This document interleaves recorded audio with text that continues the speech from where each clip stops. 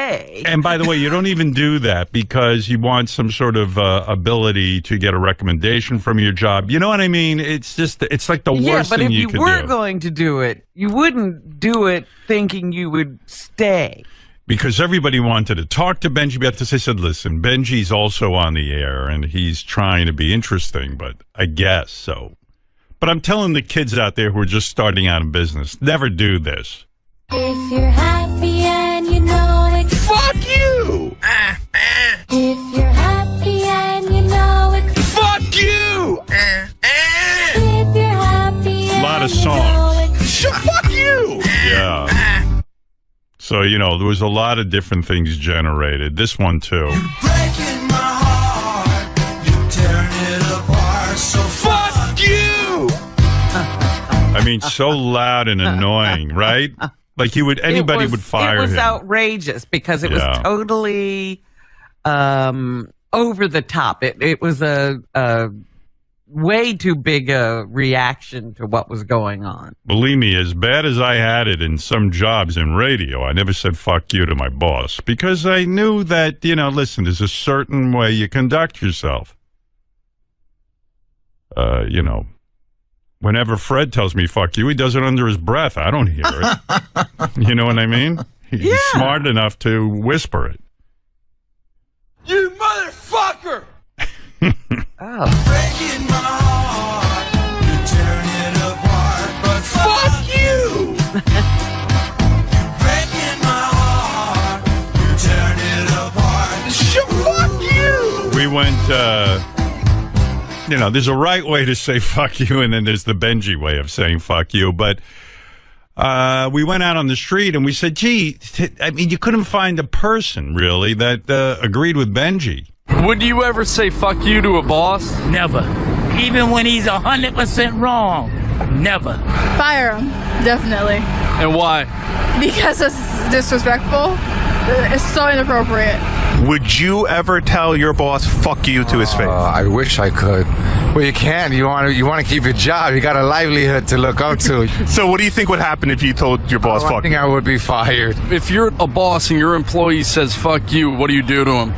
I'm gonna smack the shit out of him and send his ass home and tell him to not bring his punk ass back no more. Why do you think someone would be so rude to their boss? They're fucking ignorant. Like, you know, it's a lot of ignorant people nowadays, and sometimes they need to get smacked the shit out of.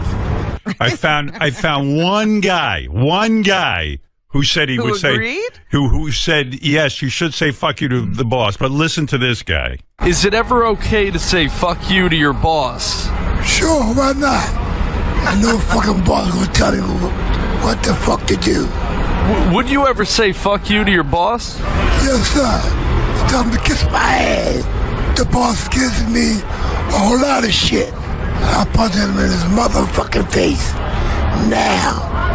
And what do you do for a living? I'm homeless. I don't do a goddamn thing. Sit on my ass. Yeah, there's a guy who thinks like Benjy, a homeless guy. Yes. But there was so many comments. Throw Benjy in a wood chipper. Unbelievable. Can't believe Bronk told his boss, fuck you.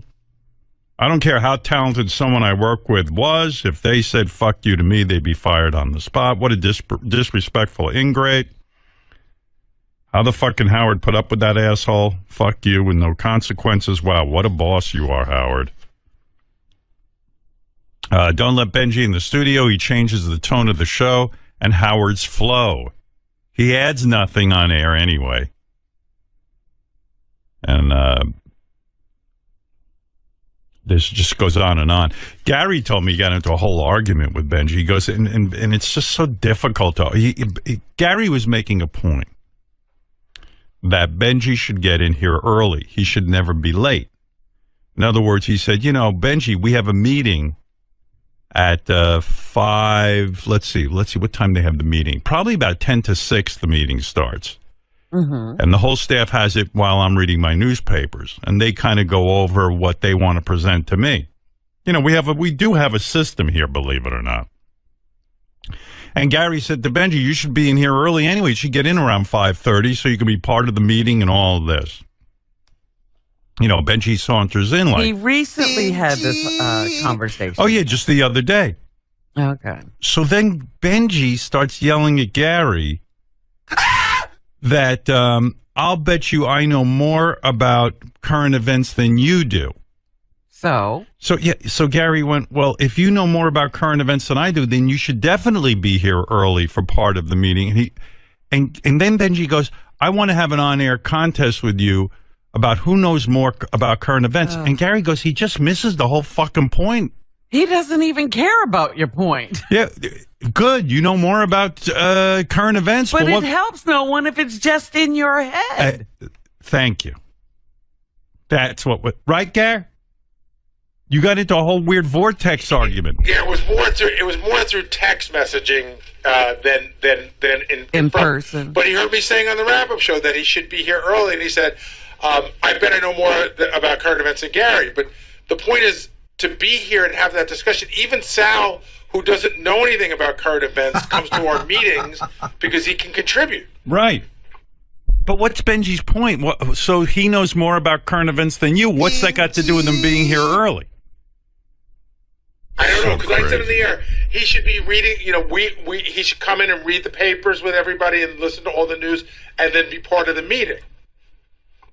Yeah, I don't know I don't know how he gets into, like, let's have an on-air contest to see who knows more. I think it's a diversionary tactic. Yeah. He doesn't want to talk about the subject at hand. That's what Gary thinks, too.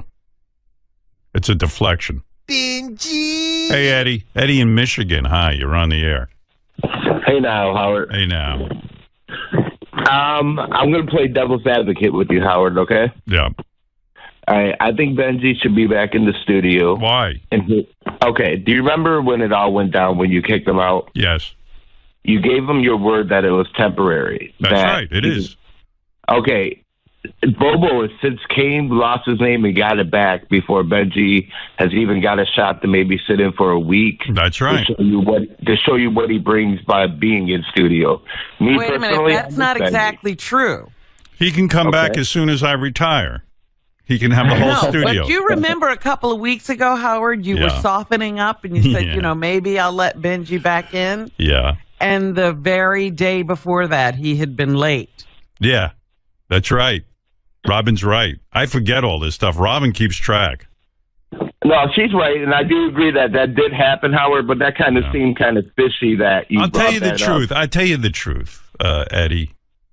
I say a lot of things on the air that I don't really necessarily stick with. In other words, when I said, oh, Benjy can come back in the studio, at the time I was like, you know, just get him the fuck out of here. I was so angry I wanted to go on with the show.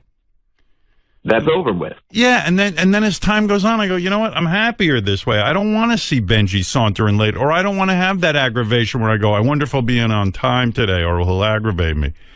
So well, here's my point. It works out better for me. And I know I'm not consistent, and I know I'm probably quote-unquote lying, but it's not a lie. It's just that I don't ever want to think about it.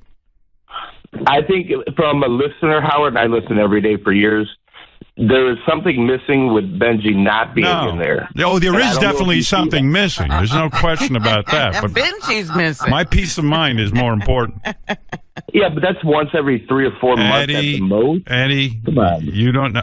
Eddie, I don't need that blotchy distraction. Can I ask Benjy a question? Could you bring him in? Oh, God. All right, Benjy, come on in. There's a question for you on the table. And I think you'll like it, Howard.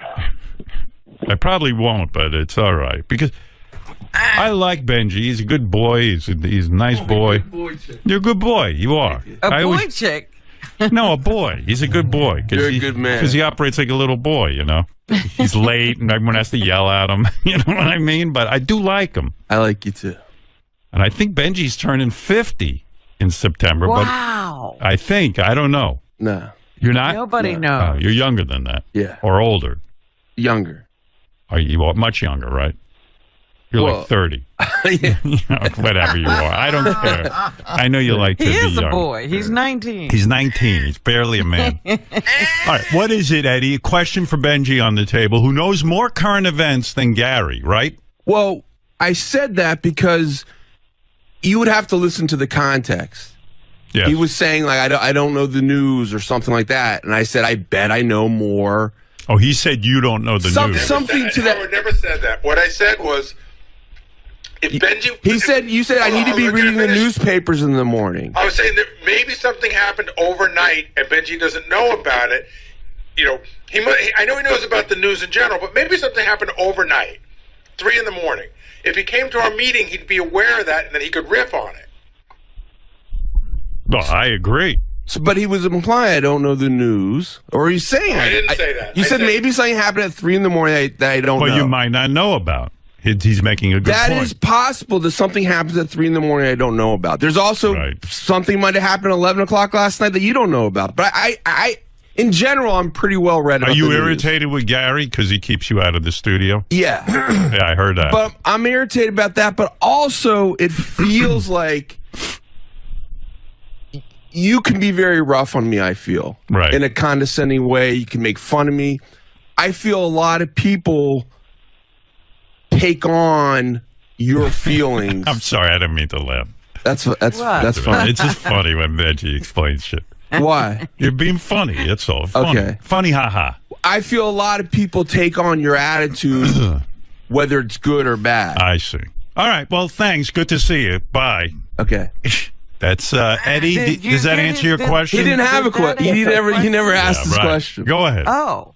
Benjy. Oh, here comes the question, Benjy. Sorry. Benjy, I love you. Big fan. Hey, Eddie. Here we go.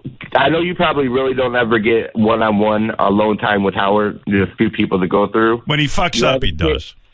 You have a chance right now to look Howard in the eyes and persuade him and tell him why you being in the studio is better. And Dude, that is not a question. Okay, don't make me uncomfortable because of your dopey question. Now I got to have Benjy staring me in the eyes. I don't want that. Let's hear him out. He's at least he deserves to hear him out. Thank you, Eddie. I'm not going to do that, Benjy. That's ridiculous. Okay. This guy's fucking retarded. All right, but that was I appreciate his call. But listen, I love you. Benjy has a very hard 12-hour week that he puts in, and people should be aware of that. It's exhausting. How you doing with your sleeping? You sleeping better? So much better. Look at this. Nice. Yeah. My boy's growing up. So much better. In fact, it's funny like how little things inspire you. Like the other day you said, I don't know why it hit me the way it did, but you said you went to sleep at 6:30. Sure. Which I know is unusually early. Go to bed. For you, but it just I don't know why. I'm getting so much better at it. It seemed impossible before, there but now you go. My sleepy boy is doing good. Thank you. All right, great talking to you. Let's talk again this winter. Bye, Benjy. What after the solstice or solstice? Or? Solstice, summer solstice. All right. Benjy is realized he's preparing for hibernation. He's like a bear. What? You wanted to say something. Go ahead. I don't want to be unfair. There's a lot to say, apparently. Yeah. Well, he's been pent up back in the office. Go ahead, Ben. Yeah, I have been pent up. All right, go ahead. The fuck you thing was stupid. It was stupid to say, but it was. It's funny the way people reacted to it. Like you say such horrible things about me on a regular basis. Like if you rewound the show to any point you talk about me, it's probably something really, really mean about me. Absolutely. Okay. Speak to you later. Bye. And normally I only have a chance to say 2 words. So the 2 words at that moment when you were saying, do not ask people for sleep tips. All right. I said, thanks. Fuck you. Okay. Bye. Why are you so mean to me? I'm not being mean. I'm saying, yeah, I agree with you. Bye. All right. I'm just busting your balls, Benjy. I love the kid. Do you like anything about being out of the studio? I bet you some aspects you like. You don't have Fred staring at you while you eat. And he is a lord. Well, it's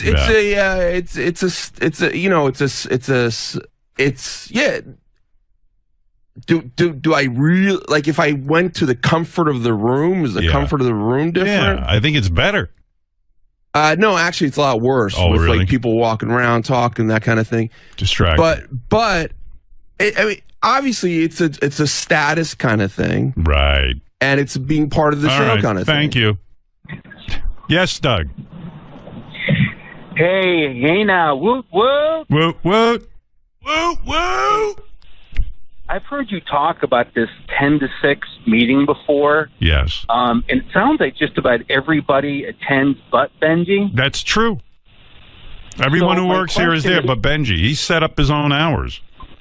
Why do you and Gary make it optional for him? Why you not know what tell it him is? it's a condition of Like employment? Benjy had a certain workflow before we put together that meeting, and somehow, I don't know, it's like it's become like that's Benjy's job. You can't shift it around. You can't say to him, hey, show up a little early. I don't know. It's just weird. But again, I'm the ball buster.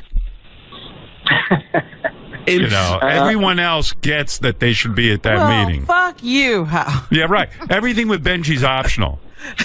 He doesn't want to work in the afternoon, his vacation. It's like, fine. I'm like, Benjy, I've had discussions with him where he tells me he's losing his mind unless he can get sleep. And so I just go, Benjy, work the hours you need to work and we'll figure out something. Motherfucker! Yeah, I just like, I give up. You motherfucker! I'm a funny guy. I hate when people self-destruct. Like Jackie or something. Like I said to Jackie a million times, Jackie, you got a great job. Stop looking at what you're doing fantastic in life. You got a great place to work. You're making a lot of money. You got prestige.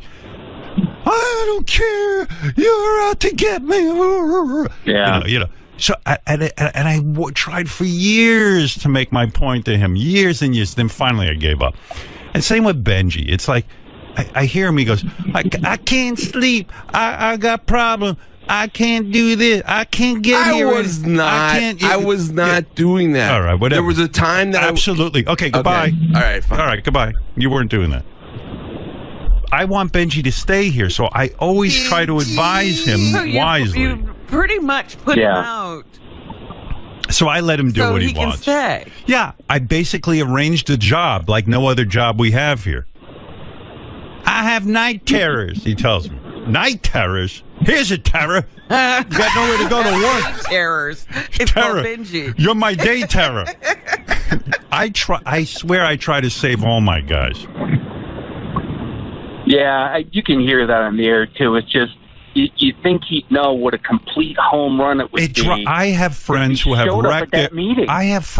wrecked their own lives. I've seen it. They go down this rabbit hole where they evaluate themselves on such a high level that they fuck their whole lives up. Yeah. I have friends who say to me, you made your move to Sirius, I'm making my big move. I go, are you fucking crazy? I go, you know, people come to me for advice and I tell them the truth. Jason, you want to yell at Benjy? What's that all about? What are you mad about? How did Jason get in on this? What are you angry about? What am I angry about? I work in the office. Yeah, go ahead. I work full time. Yeah. I love this show. Right. Every day, it is an honor and no joke, an honor and a blessing to be in here, have FaceTime with you, be able to talk about what's going on in the world. Yes. And know how maybe I see things might make it to the air. That's right. Might help you make a better show. But by the way, you do a great job of that. Thanks. And it drives me crazy that Benjy, who's been here a lot longer than I have, that has this carte blanche to kind of come and go as he pleases, I'm which trying is fine. to save him. I'm trying to save him. Which is fine. Right. But it just drives me crazy that he doesn't see this opportunity and take it and go, oh, I know a lot about current events. Let me show up a half hour early, which isn't early. It's on time. And by the way, that would make the show better. Absolutely. And ensure that that his job would be here. And you know what the craziest thing is? It would probably get him more airtime. Of course. Because he'd be here and you go, Benjy, get in here, explain how you saw X, Y, and Z. You hit it right on the head. But go try and tell him that. Did you hear what Jason said, Benjy? Come in here and acknowledge that. Would he like to challenge him to a current events contest? You know what, Jason? Yeah, he's going to come in and challenge you. By the way, Jason's belly is full of wisdom. Now I know why he's heavy. It's not from eating. What do you think of what he said, Benjy? Did you happen to catch it, or were you busy, or whatever? I heard it, yeah. I like what he said. I do too. That's the kind of common sense I try to instill in you. Yes. You know, I tell you, Jason, you're as wise as you are obese. Honestly. I don't get why you are so fat. Because you do seem a very competent person. Don't change the subject. Thank you. You know why? Because I'm what he's saying. He's saying if you took the job and really expanded it as opposed to diminishing it, right, you would probably enjoy the job more, have more airtime and everything else. Cool. And it's crazy when you say... Now, I see Benjy, like he'll go leave here right away and he goes home and he makes a podcast of some sort, a video cast. And I go, why would he sit there with that, with his 3 people maybe watching him, where he could be part of this and contribute in a way that makes him gets him more exposure? I cannot tell you how many times we're sitting around talking in the afternoon and we think of something. We go, oh, Benjy would be perfect for that. But he's not here. Right. All right. Anyway, Benjy. Can I ask one question? Sure. Now I'm more irritated with Benjy. Exactly what Jason said is what I was saying on the wrap-up show the other day, yet I'm an asshole. Jason comes in and you go, he's right. Because I can articulate it better. Yeah, maybe you're not... Exactly No. Jason's a fat, balding guy also. Right. It's easier to take it. Yeah. All right. You feel Gary doesn't have the same soft touch that Jason has. No, Right. Gary. Maybe Gary. Why does Gary irritate you when he says it? Well, Gary makes a good point. Well, first of all, there's irritation from Jason also. Right. I'm more calm today. Right. I got a great sleep last night. That's probably a lot of it. What do you think of what he's saying, though? That he's saying if you were here in the morning, maybe you'd be part of the discussion and have FaceTime and you have more airtime. It's all. I think a lot of times Jason speaks about me. But what do you think about what he's saying? Out of meanness. I don't think this was. I think this was. But what do you think about what he's saying? I think this was sincere. Right. And what do you think of what he's saying? It makes sense. Oh, it did. Oh, yeah. Oh, okay. And so is this going to have an impact on your actions? Oh my God. Are you going to wait? Let me ask the caller. Why did you just say, "Oh my God"? Because there's no fear in your job, and I already know you're not going to attend the 10 to 6 meeting. Right. I just don't understand why you could better the show, and you have, talked about it 100 times, the golden opportunity to be in your position, and you don't have fear of losing your job, but all you got to do I do have meeting. No, he has fear. He knows that I have a point where I get completely aggravated, and no matter how much I love someone, I do have to say goodbye. But he's still there, and he doesn't. He's still there, and he is important to me. But you guys were talking about the "fuck you" thing. I do think you're mature on the air enough to in a conversation when you're saying mean shit to me for me to say "fuck you" back. Well, okay. Is that good advice? Who's fatter between the two of you two? Probably really? I am. You weigh more than Jason. Oh, no. Fatter. I'm saying percentage of my body. Right. I think so. I'm looking at the two of you, and Jason looks skinny next to you. It's weird. Now I like standing next to Benjy. The two of you, why don't you go discuss dieting? All right, thank you. Very good. All right, there's Benjy. For those of you who are fans of Benjy. If his actions are going to change as a result of that good advice. I can tell you the answer if you want to know. Nothing is going to change. He's going to go do podcasts. So what good does it do talking to him? Oh, my God. The two of them tried to get out the door at the same time, and they got stuck in the doorway. Hold on. They get stuck. Fred, push one of them out so they can get out the door. I mean, it's wild. Yes, Mike, go ahead. People are enraged, and they want to speak out. Yes, Mike. Hey, you guys are a bunch of pussies. Somebody's got to fire this guy. I guarantee he's not the only guy that can do this job. And if you put an ad in the paper, it says full-time job, 12 hours a week, you can make enough to live on in New York, I guarantee you're going to find an applicant. I mean, who gets to say that to their boss and get away with it? Nobody does.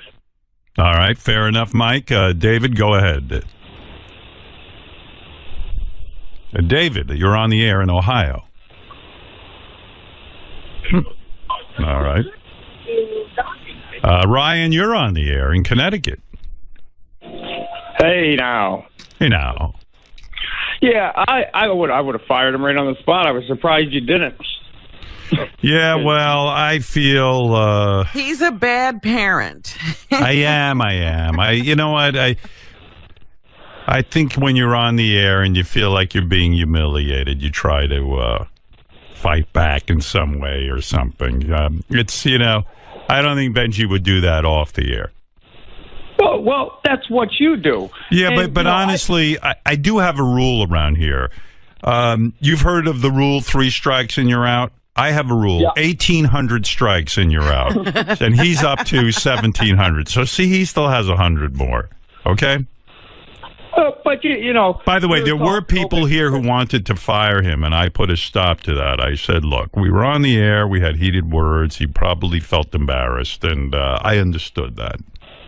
I don't even remember what you said. I don't even remember what the argument was about, honestly. Yeah. It was just stupid. And then the only thing I remember is that he said, fuck you to me. Yeah.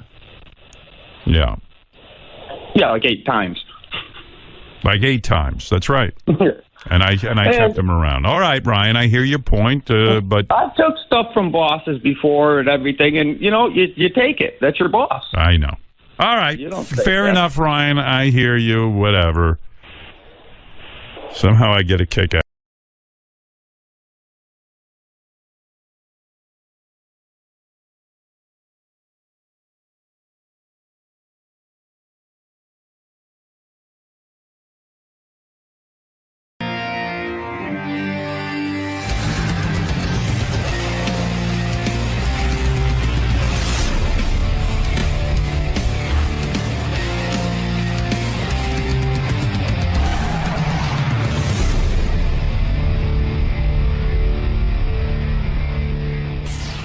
You know, it's really interesting. Like, I don't, like, again, I don't know Dr. Drew, but I've talked to him more than I talk to most guests off the air for whatever reason. And I know what you're saying. It's a weird thing doing that show.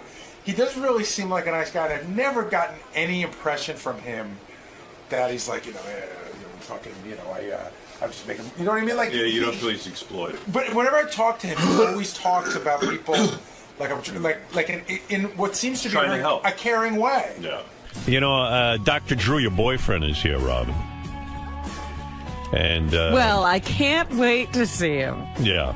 Well, you know, it's a good thing he's here today. I want to talk to him about Michael Jackson because I have a point of view on this. There he is, Dr. Drew 𝗵𝗵. Look at this guy. Wearing the jeans, casual look. Very nice. You look good. Ready for my beating from Robin? Well, we'll get to that. I'm not going to beat you. Stop it. I'm looking at the front page of the paper. Actually, I didn't get a chance to talk about this today.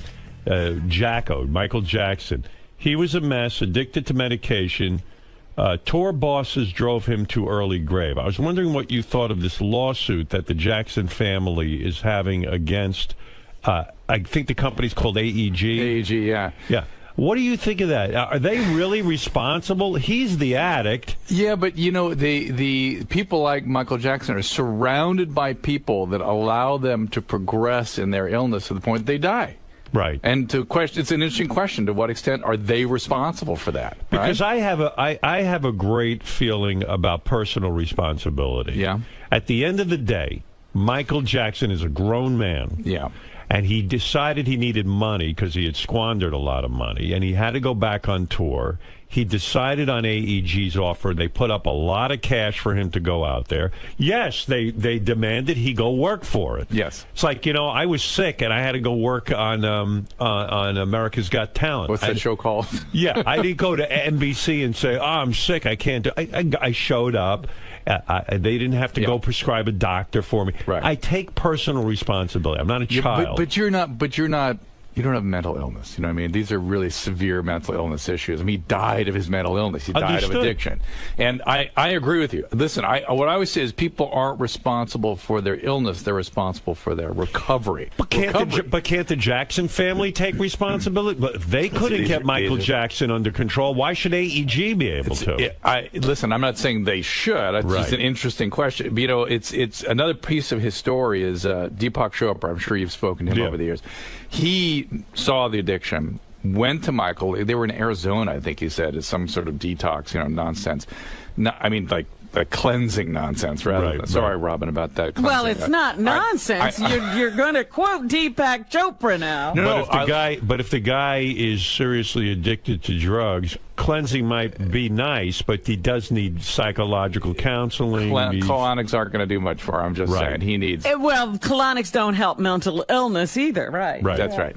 And Chopra, who's full, Chopra is the real deal. He's a physician. He's worked practice for years. I used to read his research when I was a resident, strangely enough. But anyway, so he goes up to him and goes, this is an addiction problem. We got to do something about this. Michael, I'm really concerned about you.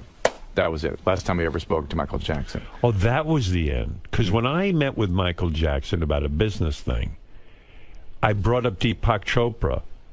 Because Michael was not even communicating with me in the meeting. He was just out of it. Yeah. And I go, I know Deepak Chopra. And he goes, Deepak is. And that was it. That was the whole conversation. Kind of weird. Yeah. So I never knew what the rift was there. So in other words, Chopra tried to say something to the guy. Tried to be responsible. He realized what was going on. I'm a physician. I'm going to help you. And that's it. Try out of the inner circle. And your point is that here's a guy who gently said, maybe you need some help. So how could AEG, is my point, if I'm a lawyer representing that company, I'm like, look, we wanted Michael Jackson to go out and do concerts. Did we ask him? We gave him money, and we want him out there. We want him doing it. It's up to Michael Jackson to handle his own addiction. And what you're going to see, I think, in this case is a lot of stuff going to come up. You're going to see the real story now because AEG is going to defend themselves. Right, and you're going to see and really I think the real gist is whether they did a good or bad job hiring the doctor. I think that's the crux of the thing. Is it a responsible doctor who was involved? And listen, I feel sorry for Conrad Murray. I don't think he got sucked into way over his head. I give a lecture. Do you really feel sorry? Listen, I gave a lecture. I don't understand that. Well, here's the deal. I'm not saying it's wrong what they decided to do with him, but I feel sorry for him in that. I just gave a lecture at the USC Medical School on Monday. At the end of my lecture, I put Conrad Murray's face on the screen and my PowerPoint. I said, don't go it alone. You're dealing with a complex mental health problem. Teams, never alone. You never go, we have a special relationship. I have a special ability. I'll take care of that guy. Death. That's disaster. Because here's what I understand about Conrad Murray. That he was being paid $150,000 a month. It's unconscionable. It's an unbelievable amount of money. Yeah. And that he was giving Michael Jackson propofol, however it's said, propofol, which is anesthesia. Yeah, it's outrageous. Yeah, and so I would hold the doctor responsible because he should know not to do that. So why would you feel bad for him? I feel sorry he got sucked into this situation. He resisted all the way along, but kept going with it, assuming he'd be able to take care of it later. I understand how he got his ass on a sling like this. I feel bad. But as a doctor, would you ever, if a patient said to you, I want propofol? No, when I heard about that, you could have, telling me that a patient was getting propofol in his bed, when I heard that story, you might as well said a Martian landed out here on 6th Avenue. It's crazy. It's crazy. You're right. It's absolutely crazy. It's insanity. Right. And yet he'd been getting it for years. Unbelievable. It's unbelievable. That he could find doctors who were willing to give it to him. Unbelievable. Well, you're opening up a bigger thing, because... That's why I don't feel bad for Conrad Murray. No, I don't feel bad. I don't feel bad for what happened to him. I feel bad that he got sucked into this thing. You know Should he be in jail? I believe that it's irresponsible what he did. It's unconscionable. Yeah, and that I understand, but I think the family can't really go after him too much because he has no money. They're looking at AEG, this company. Yeah. They want him to pay billions of dollars. And I'm certainly, listen, if somebody is responsible for someone's death, I think they should pay. Yeah. But I have a hard time wrapping my head around an adult man. Well, oftentimes families are looking to assuage their own guilt in situations like this, too. They don't want to take any personal responsibility. There you go. I agree with Great insight, Robin. Yeah. Now, let's get back to you, Doctor. Oh, don't try to butter me up. Listen, I just was feeling so great with how long I've gotten without being beaten up by you, Robin. I'm feeling pretty good about this. You're sorry you ever evaluated Robin as a narcissist, a 34. She received the highest score ever in the history of your exam. Correct. I think there was one. I think there was one higher one. No. You said I was the highest. No. My co-author. I resent that. What you discovered in your research was that Robin was not only the biggest narcissist on our show, but the biggest narcissist that you found in any celebrity. Get out of here. Yeah. She was the worst case of any narcissism you'd ever seen. I'd believe that. I don't know about worst case, but she is the winner. The co-author, who's actually the guy that gave you the test and appeared on the show, if you remember this, he's a professor at SC Business School. And he told me that they administered, somebody else got a higher score. I forget who it was, but you would no longer hold the honor. I'm sorry, Robin. I won't publish. I won't tell anybody. Right. But you're sorry you ever even started in with her. Absolutely. Because, Robin, and you say that Robin has been a big critic of yours. Yeah. She gave it to you pretty good after the death of 𝗦𝗵cie𝘄𝗿𝗱. She came out on the air and I couldn't believe listen. I couldn't listen to it. You couldn't.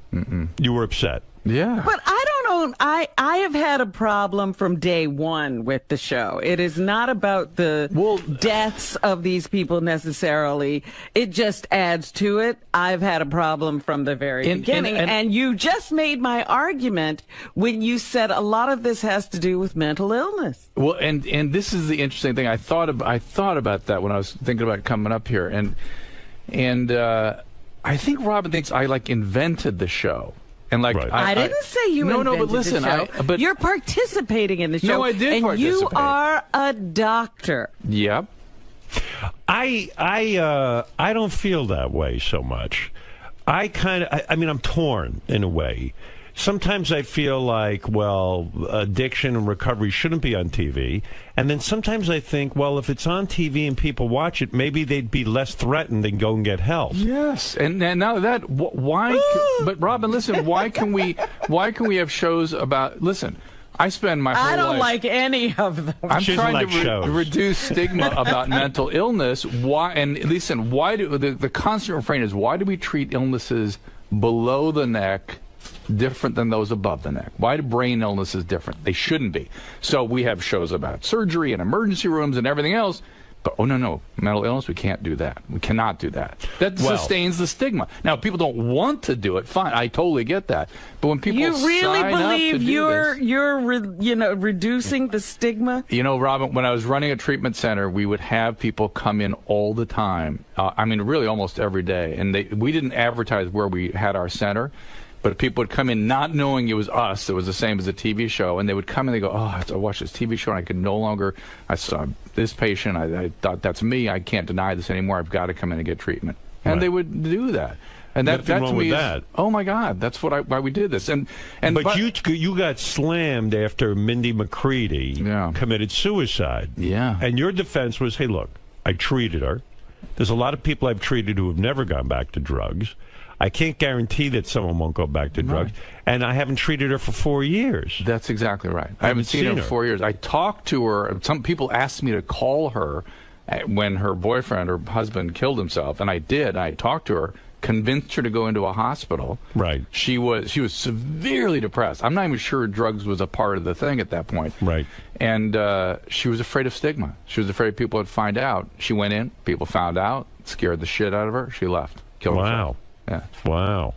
So that backs up your point that if it wasn't such a shameful thing to go get help, maybe that she would have stayed in the hospital. I think you talking about your treatment over the years has been very helpful. I've had therapy for over 10 years. I talk about it all the time. Right. I think it's the greatest thing I ever did. I have an anxiety disorder. Robin's making it worse. Right. You make it a lot worse. Right. Now blame me I'm running your feelings. I can't run your... My dear, you can't change the world. You have to change yourself. Well, what do you think of that, Dr. Drew? I work on that, but I'd also like to make a difference in the... And that's Robin's music. I know that. So that means she made an excellent point. It was an excellent point. That's right. Touche, Robin. Now he's going to tell me I can't just talk. I've got to worry about his feelings. Well, here's what we have. Did he worry about mine with his stupid test? You know, listen, I didn't. You're Robin. Again, this is why she's so great. Yeah. I don't argue with Robin. I didn't take a beat and think about it because you discussed it here on the air, and I assume, and by the way, it was my partner. But I'll take responsibility. My name's on the thing. Right. I wish I'd taken a beat and gone, I wonder if I should give her a call and make sure this is You're okay with sorry her. you put that in a book. Deeply. It wasn't worth the aggravation. How many years ago? And here we are talking about this. Well, listen, the woman is hurt. I understand. She doesn't want to be the biggest Well, now narcissist in the he's world. talking about his, but you know the point of all recovery is you have to deal with the response, Yes. with the reaction That's why I love to you. your previous behavior. Yes, Well, Dr. and that's Drew, all that's ever happened here. Robin's not the only critic. This is interesting to me. What? After Mindy McCready's suicide, Richard Marx, the composer, the singer, he compared you to Dr. Kevorkian. I know. It's And he put that out on Twitter in writing. But interestingly, after he put it out, he then took it down. Yeah. He deleted his He was comment. afraid I was going to do something, or you know what I mean? I don't know. What do you think? I think You didn't do that unprompted? No. I hate Twitter. I hate all that stuff. It feels, you can't imagine how it feels when you go when you're out there trying to help people, and you take. I know I'm taking risk with my profession and my sort of how I'm perceived by people. I understand that, but I think it's worth the risk.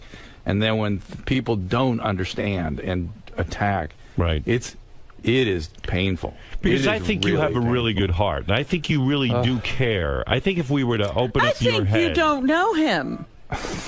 I think that Dr. Drew actually cares about helping people. You don't know that for a fact. You think it. I feel that way about him. Thank you.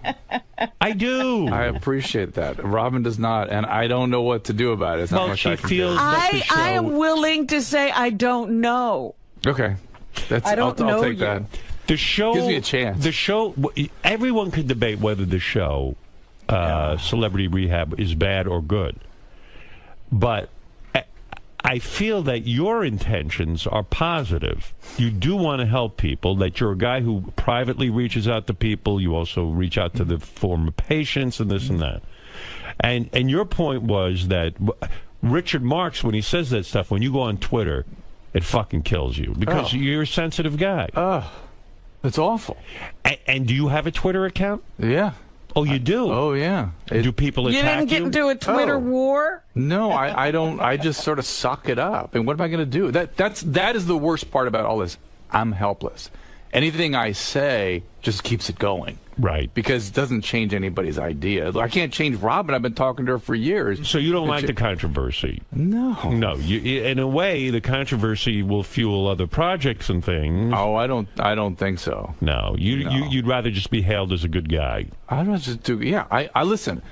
I'm in media why am I here? Why am I in media? I'm in media to try to make a difference. If it were just, if I were in media because, hey, it's just me. Right. What an empty fucking experience. Right. As opposed to trying to use media creatively in an interesting way to try to, I mean, I feel so grateful. I get to try to use media to make a difference. Oh my God. So I didn't start medical school thinking that would happen to me. Not in a million years. Why not pull down your Twitter account? Why subject yourself to the... I have 3 million Twitter followers. 3 million? Yeah. That's a tremendous amount of followers. It's crazy. So to pull it down would be weird. Be like, yeah, but it might be an empowering thing to do. I think I need a little more year of therapy to do that properly. And a lot of people attack you on this. Oh, yeah. You have said that the biggest secret about Twitter is that all celebrities, and maybe not even just celebrities, everyone is getting violently attacked on this thing. Well, not only that, I think that people worry about video games. You know, I have kids. My kids are 20. I have triplets. They're 20. Right. And they play video games. Two of them are boys. And I never worried about them, screwing around with cartoons. Right. But when they act out on a person through social media and feel entitled to say whatever the F they want. Right. Are you kidding? That's violent. And no sense of any like consequence or. Notice I'm trying to get through to Robin about this right now. This is hurting me. It's I have never tweeted about you. No, thank you for that. I appreciate that too. But you just slam him on the radio. I say it right here. I wish I didn't have so much admiration and respect for Robin. Then it wouldn't hurt quite so much. Right. Is there any? How could you convince Robin to come over to your team and really? I don't know. I don't think it's possible. Maybe not. Robin, right? Am I right? Look, again, there are, at times Gary has come in here and says Robin hates Dr. Drew, and that is not the case at all.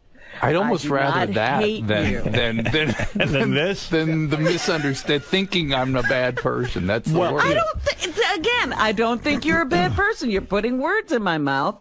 I have said I don't know you. But what do you think? You just think the show is bad. On the face of it, my feeling about the responsibilities of people in the medical profession. Yeah. I was just going to have that conversation with you because you were a nurse, right? Yes. And were you RN or LVN? What was your RN? RN. So how dare you? And I don't know. She was a major in the Air Force. No, and she's right. That's a huge difference. I mean, RN really shoulders the responsibilities. They absolutely do. And so this is something she feels deeply, and probably other physicians feel that way too. We shouldn't be in the media. But if we don't go, not that you shouldn't be in the media. Again, I question asking people who are in the conditions that the people you're treating are in for their permission to be filmed on a show while they're undergoing treatment. In other words, Robin, you're saying Jeff Conaway, for example, who is now deceased. I've had him on the show. Jeff Conaway, who is a great radio guest, great on your show. Great guy. But he was out of his fucking mind. I mean, he was dying. He was dying and all this. You're saying that perhaps if you hadn't put him on the show, no, I don't say that at all. I say that he's not capable of making a responsible decision about what this is going to do to him, and he's not capable. He's looking at it, a lot of people are looking at it as career advancement. And so, but you're raising an interesting point is, can anybody with addiction render consent for anything? Right. So can they consent to be hospitalized? They consent. I mean, this is a conversation. And this is the point, that it shouldn't be done with this. You're going to be on TV, and everybody will see Drew had saved his life, and the only thing motivating this guy to go in rehab was television, was make money and be on TV. That's right. And my point is, I don't care what's motivating them. If I get my hands on them, I can make a difference with them. And what's interesting, and I did not know. But it can also have adverse effects. So, it depends on the person, and I don't know that evaluation is being made. And the other thing is, pretty much all the patients we treated felt like it was an important experience for them, like a good experience. They didn't realize, I didn't know that was going to happen. In other words, all the deaths are always pointed out, and not the people who succeed. Like Heidi Fleiss said, she came out and said, hey, Dr. Drew's great. He really helped me with my addiction problem. Yeah. I'm trying to think. Sizemore was on our show the other day. Claims he's clean and sober. Yeah, and he got sober in celebrity rehab. I mean, who the hell knew? But here's the thing: like Rodney King dies of a cardiac condition. Right. That's why he died. He had a heart problem. Right. I got blamed for that. You did? Yeah. People want to blame me for Rodney. Well, people did say he was another, celebrity rehab. Yeah. But Mindy had who died. Suicide. I get blamed for that. Right. I haven't seen any of these people in years. Right. I mean, and I'm kind of like a chest surgeon that goes in with very serious illness and does my surgery, and then I hand them back to their usual doctor. And you take a guy like Steven Adler. I think he's been pretty good. Adler's been great. A lot of them have been really good, really good. A lot of them have improved. Yeah, and they were not interested in treatment when we got them. They wanted to be on TV or make money. That's why they went. And that doesn't bother me. Right. Once I can get them, I can make a difference. Well, that's my only argument. I think that is questionable. But okay. Well, that's it. You never can resolve that. But, look, there's now season 6 of Celebrity Rehab was not a celebrity. It was just rehab. Regular people. We treated and I always tell CBH1 they should take a bow. They spent about $300,000 in aftercare on this group. Just in treating them for a year, there's still, some of them are still in treatment. It was a year later. We're still working with. Was the show as successful without celebrities? Not at all. No way. Not at all. You gotta Did you see it? Did you watch it? I didn't watch it. I didn't know anything about it. And it was intense. I mean, it was a rough group. Right. But people don't seem to have that Schadenfreude. You know, they want to. They want a celebrity. Yeah. The guy you lost that I knew. So all of it's bad. It's bad why people are watching. It's bad, why people are signing up. It's a crazy. I don't think Robin's ever seen it. The guy. Has she? I think she has. I watched the first couple of episodes, and that's when I knew I can't watch this. Alice in Chains guy. That guy knew he was. There was no way he was going to be saved. I couldn't. He was just way gone. Listen. This is a bigger conversation, too, which is all my patients die of prescription drug overdose. They don't die of heroin overdose. They don't die of coke. They die of prescription drugs. That's pretty much all what happens. And so Mike, we got him sober. We were working with him. He was doing great. He was had sobriety, like 9 months of sobriety. I mean, a miracle. A guy had been using his entire life. Right. All of a sudden, he calls Bob Forrest, the hat, one day. Yeah. And he goes, I'm moving to Utah. We're like, but Mike, please, no, that doesn't feel right to us. I'll be living at the guys at Cirque Lodge, a halfway house. I'm right nearby. It's just a new band. It's no big deal. I'll call you guys all the time. He goes. He's not there a month before I get a call from him going, I'm having back pain. I go, Mike, whatever you do, please, dear God, don't see a doctor. Right. You know what's going to happen. They're going to give you medication. 2 weeks later, he's dead. Dead. And with the pills at his bedside. Wow. I didn't realize that's what usually does everyone. Right. Jeff Conway, same thing. More prescription surgeries, meds. That's what people die of. He was addicted to surgery.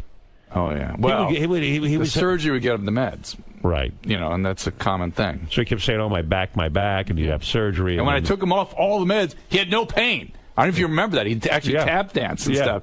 And then he was like, wait, the doctor said I have to have. It's like, Jeff, please try something different. He was an addict. He wasn't changing. Yeah. He wasn't changing. Yeah, but Dr. Drew is also pointing out another huge problem.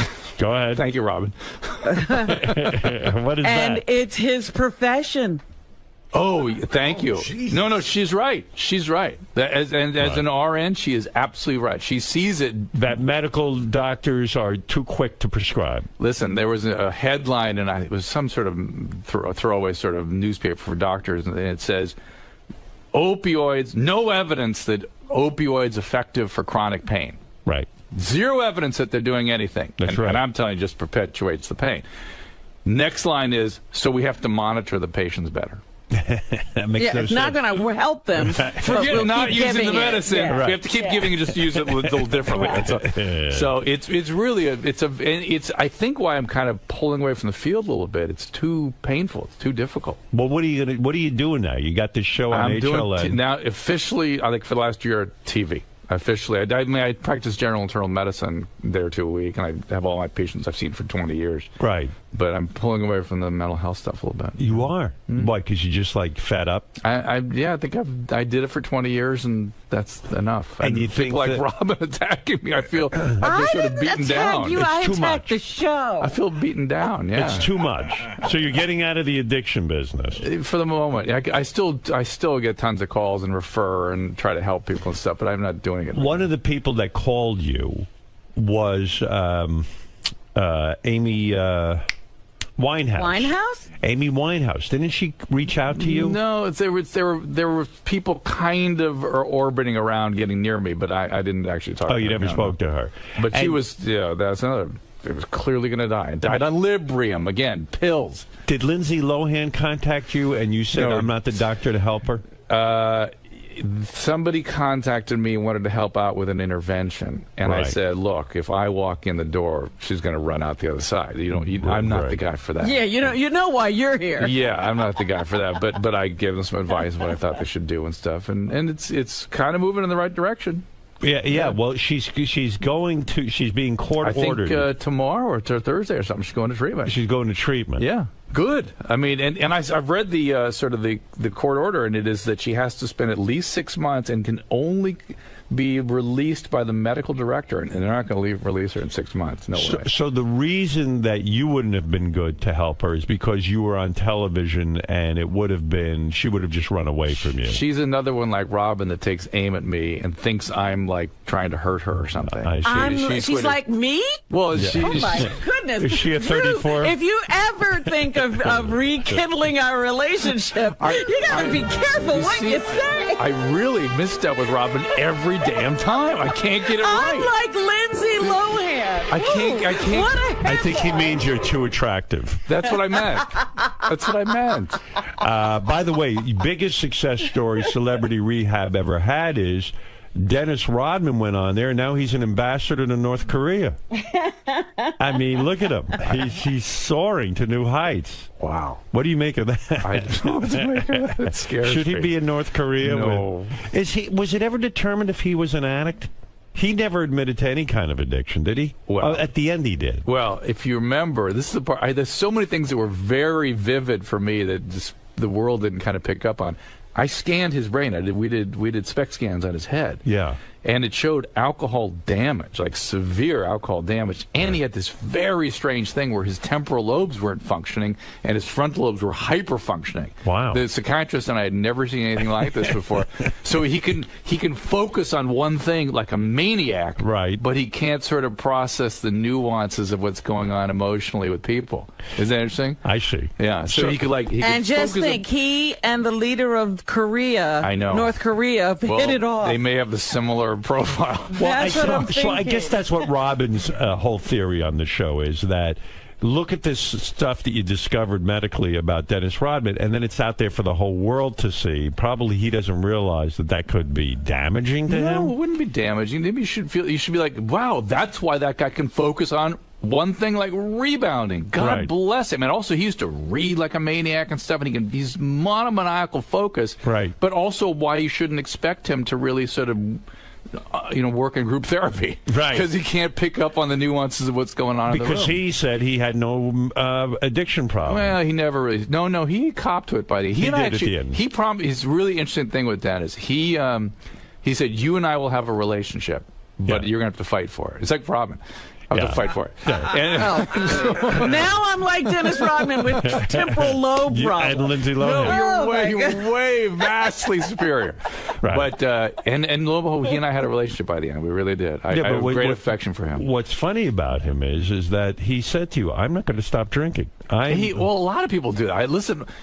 People want to cast me also, in addition to beating me up for things I try to do. They want me to be the man, like I'm the, like I care if people smoke pot or something. I don't give a shit. I hope people enjoy themselves. I'm here for people that can't stop and want help. That's it. The person I never understood on the show was this 𝗦𝗁𝗄𝗏 because and she was the girl who Tiger Woods. She was and she survived, or she had lost a loved one at 9/11. The reason I didn't understand why she was on Celebrity Rehab, she was addicted to absolutely nothing except for love. It seemed like you were grasping at straws. It seemed a little bit of a reach, but she actually really responded to treatment. I mean, she now has a baby and a husband and stuff, and her relationships were a mess. Right. And she really did some good work, and we sort of constructed her. I mean, understood her as a love addict, and she was getting going with pills and alcohol, make no mistake about it. All right. She didn't make much of that, and she didn't want to really look at that, and so we looked at the primary thing, and motivating that is this interpersonal thing. I see. And lo and behold, once she got better with that, she didn't use drug and alcohol. Look at you. Hey, so you're here promoting, now you've backed off Celebrity Rehab type stuff. Yeah.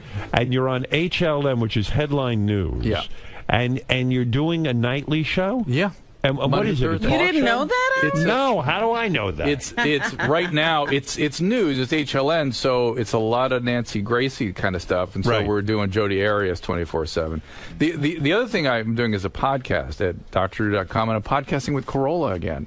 And we have the #1 podcast in the country right now. Now I thought Corolla said he had the #1 podcast. Then he and I together beat him. Is it love lines, basically? We do it just like you and I are right now. We don't do a lot of calls. It's just not really love line. Really? Yeah. No teenagers calling in about sex? We'll occasionally get 30-somethings calling about whatever, but no, it's just us kind of chatting, just like this. I always felt that you and Adam were very strong together. Yeah. But it was great when you took the calls from teenagers and they would ask these sex questions. I still do Love Line with Mike Catherwood. Remember the guy from you Dancing do? with the Stars? Yeah. You do that on the radio? Yeah, that's on the radio, yeah. Oh, you do that on the radio? Yeah. You do a podcast with Adam? Yeah. Can you make any money doing a podcast? He does, like crazy. But you don't. If I can hang on to his engine, I might. Right. We'll see. You're seeing where it'll go. If I don't, he'll kick me out. Adam's ruthless. He just if I'm not producing for his little pirate ship, then goodbye. Right. He's a real businessman. He is. It's no fool. And Robin likes that. It's good.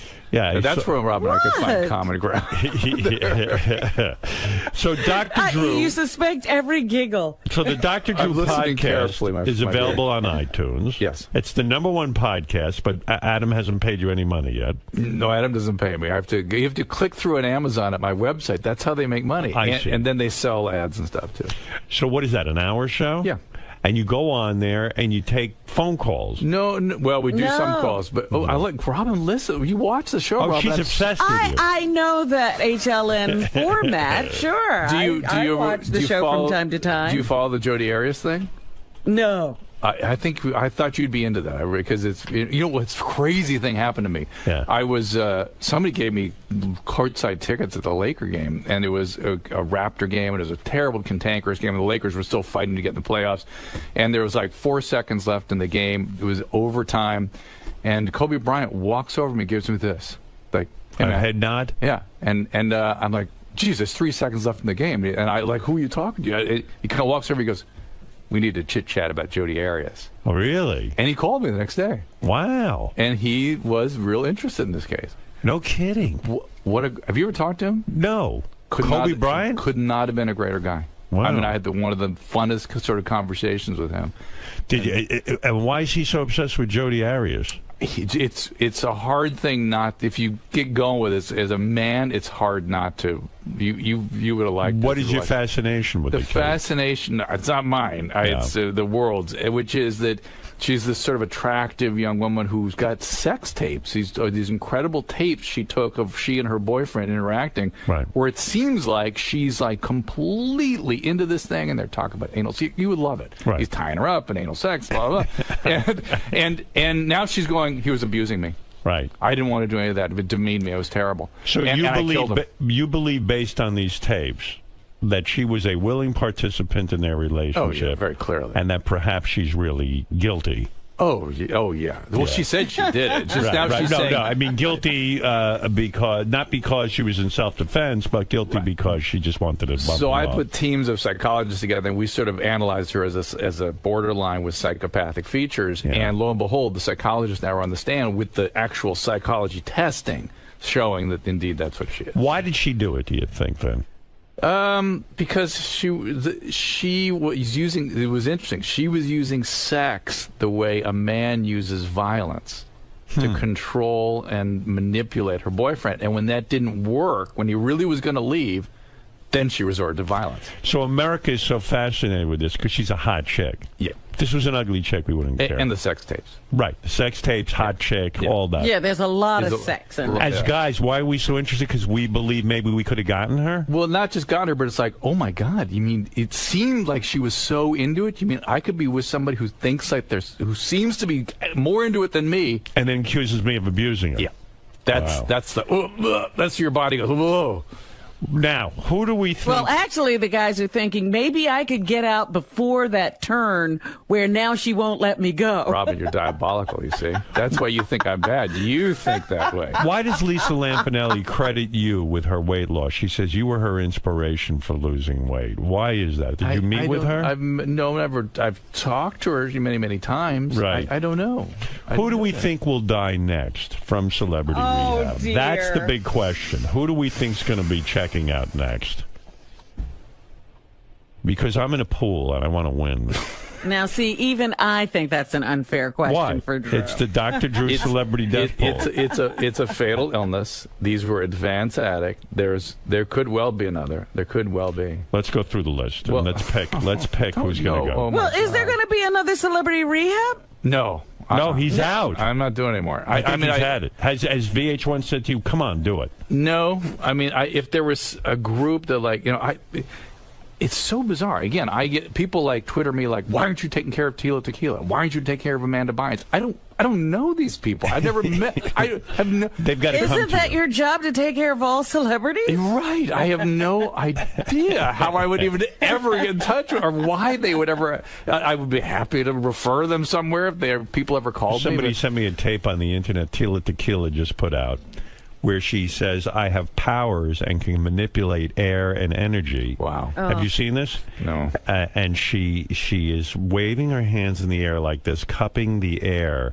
and trying to demonstrate this power that she has. And she's saying, do you see how I'm moving the air around? That's psychotic. And she, of course, nothing is happening, but she is convinced that she's doing some hallucinogenic thing. I've had her on the show. She seemed fine, right, Robin? I mean, seriously. Well, she was okay that day. Yeah, she was fine. I don't know. It's weird. All right, let's figure out for my celebrity death pool who's going next. Andy Dick seems like he's good right now in recovery. Yes. Okay. Do we trust that? He's got bad illness. Andy could, Andy knows he could go. He could relapse. Yeah. Steven Adler seems okay. Seems okay. Dennis Rodman is now an ambassador. We know he's okay. Tom Sizemore I just had on the show. He seemed okay. Looked Think good. about Tom is great, but and Tom isn't he just the greatest guy? Yeah. He's just a very interesting guy. But he has hope to die addiction. If he goes again, it's going to be bad. It's right. He's got to. So there's somebody that if he's the saddest case to me because the guy had a real fucking career. Some of these people you counsel, they were going nowhere anyway.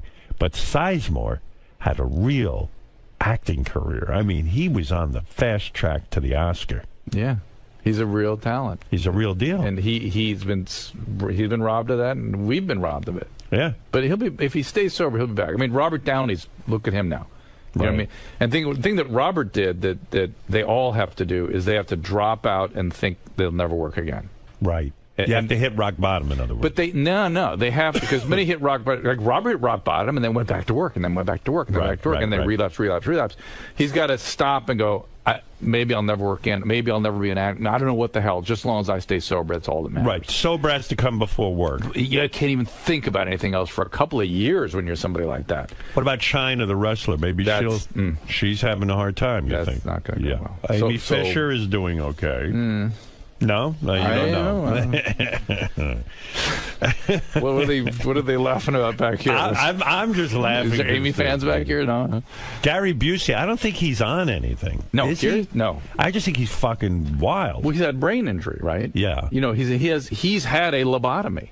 He has? Yes. He crushed the I think it was a right frontal lobe. From his motorcycle accident. Yeah, and he woke up saying, I don't want to use anymore. They used to treat addiction with lobotomies. Right. So it diminishes the drive to use. So after the motorcycle. So he's cured. He's cured. The motorcycle accident cured him of addiction. And that's why all the impulsivity and stuff, he doesn't have that part of his brain function where he can sort of see. And that's what we worked on with him, is trying to get him to see how other people are perceiving his behaviors. Well, and he was shocked. He was surprised. But he is now a staple on these reality shows because he's so interesting. He's so interesting. Let's put it that way. That's so true.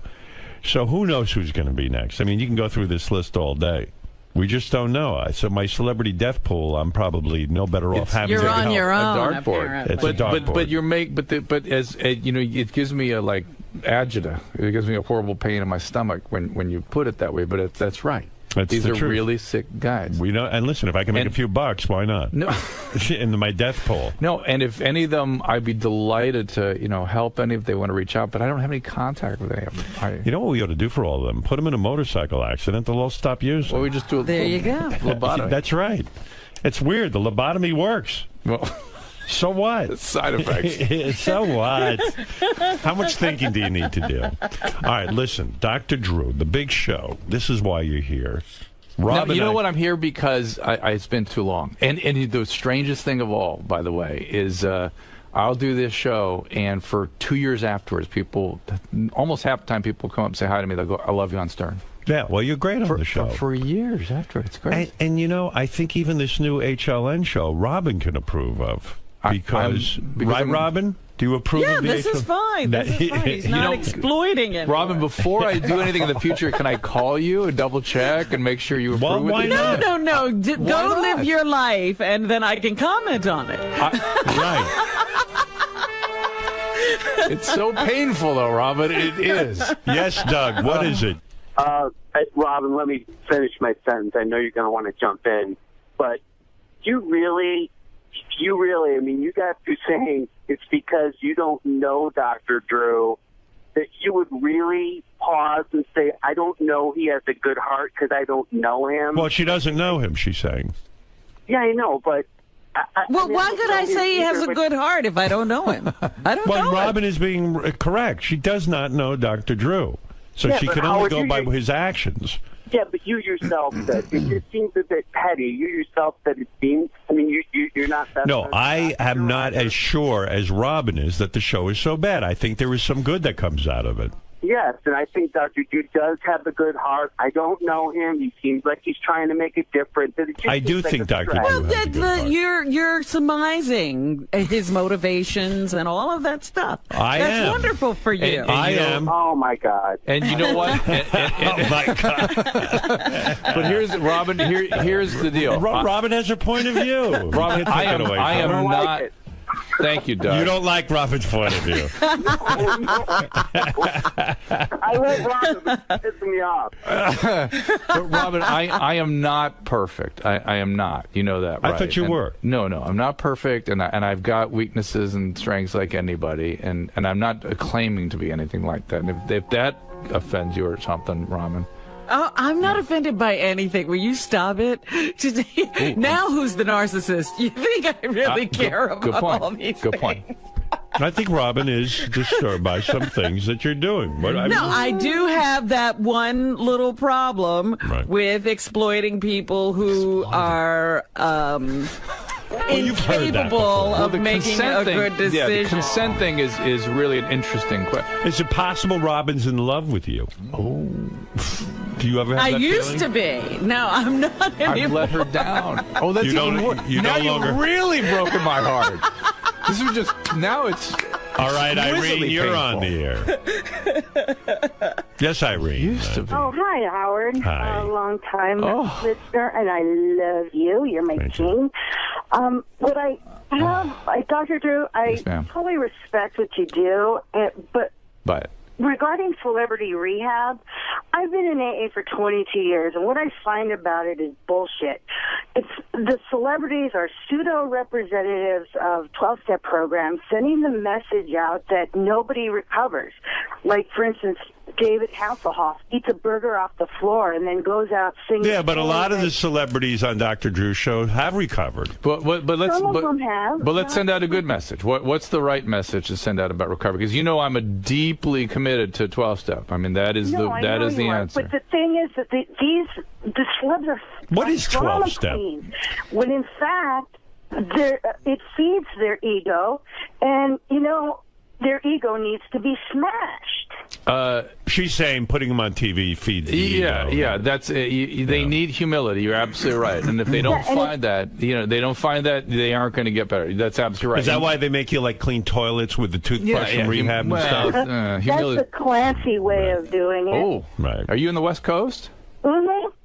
Yeah, I'm in LA. Yeah, so she knows the Pacific group. Right. But 12-step really is just a guided relationship. Is that where you got to get into God too, and give yourself over to higher power? Faith. You have to let go. Have faith that you can let go. That's really what that is. For I don't some even people, know what that means. It's a very evolved concept. That's too evolved for me. It is. Look, it's first understanding your condition and realizing you can't control it. That's the number one thing. Hasselhoff goes out and says it's part of recovery, and it's in fact not part of recovery. What is? That getting loaded, eating food, relapse. No, listen. Never mind that.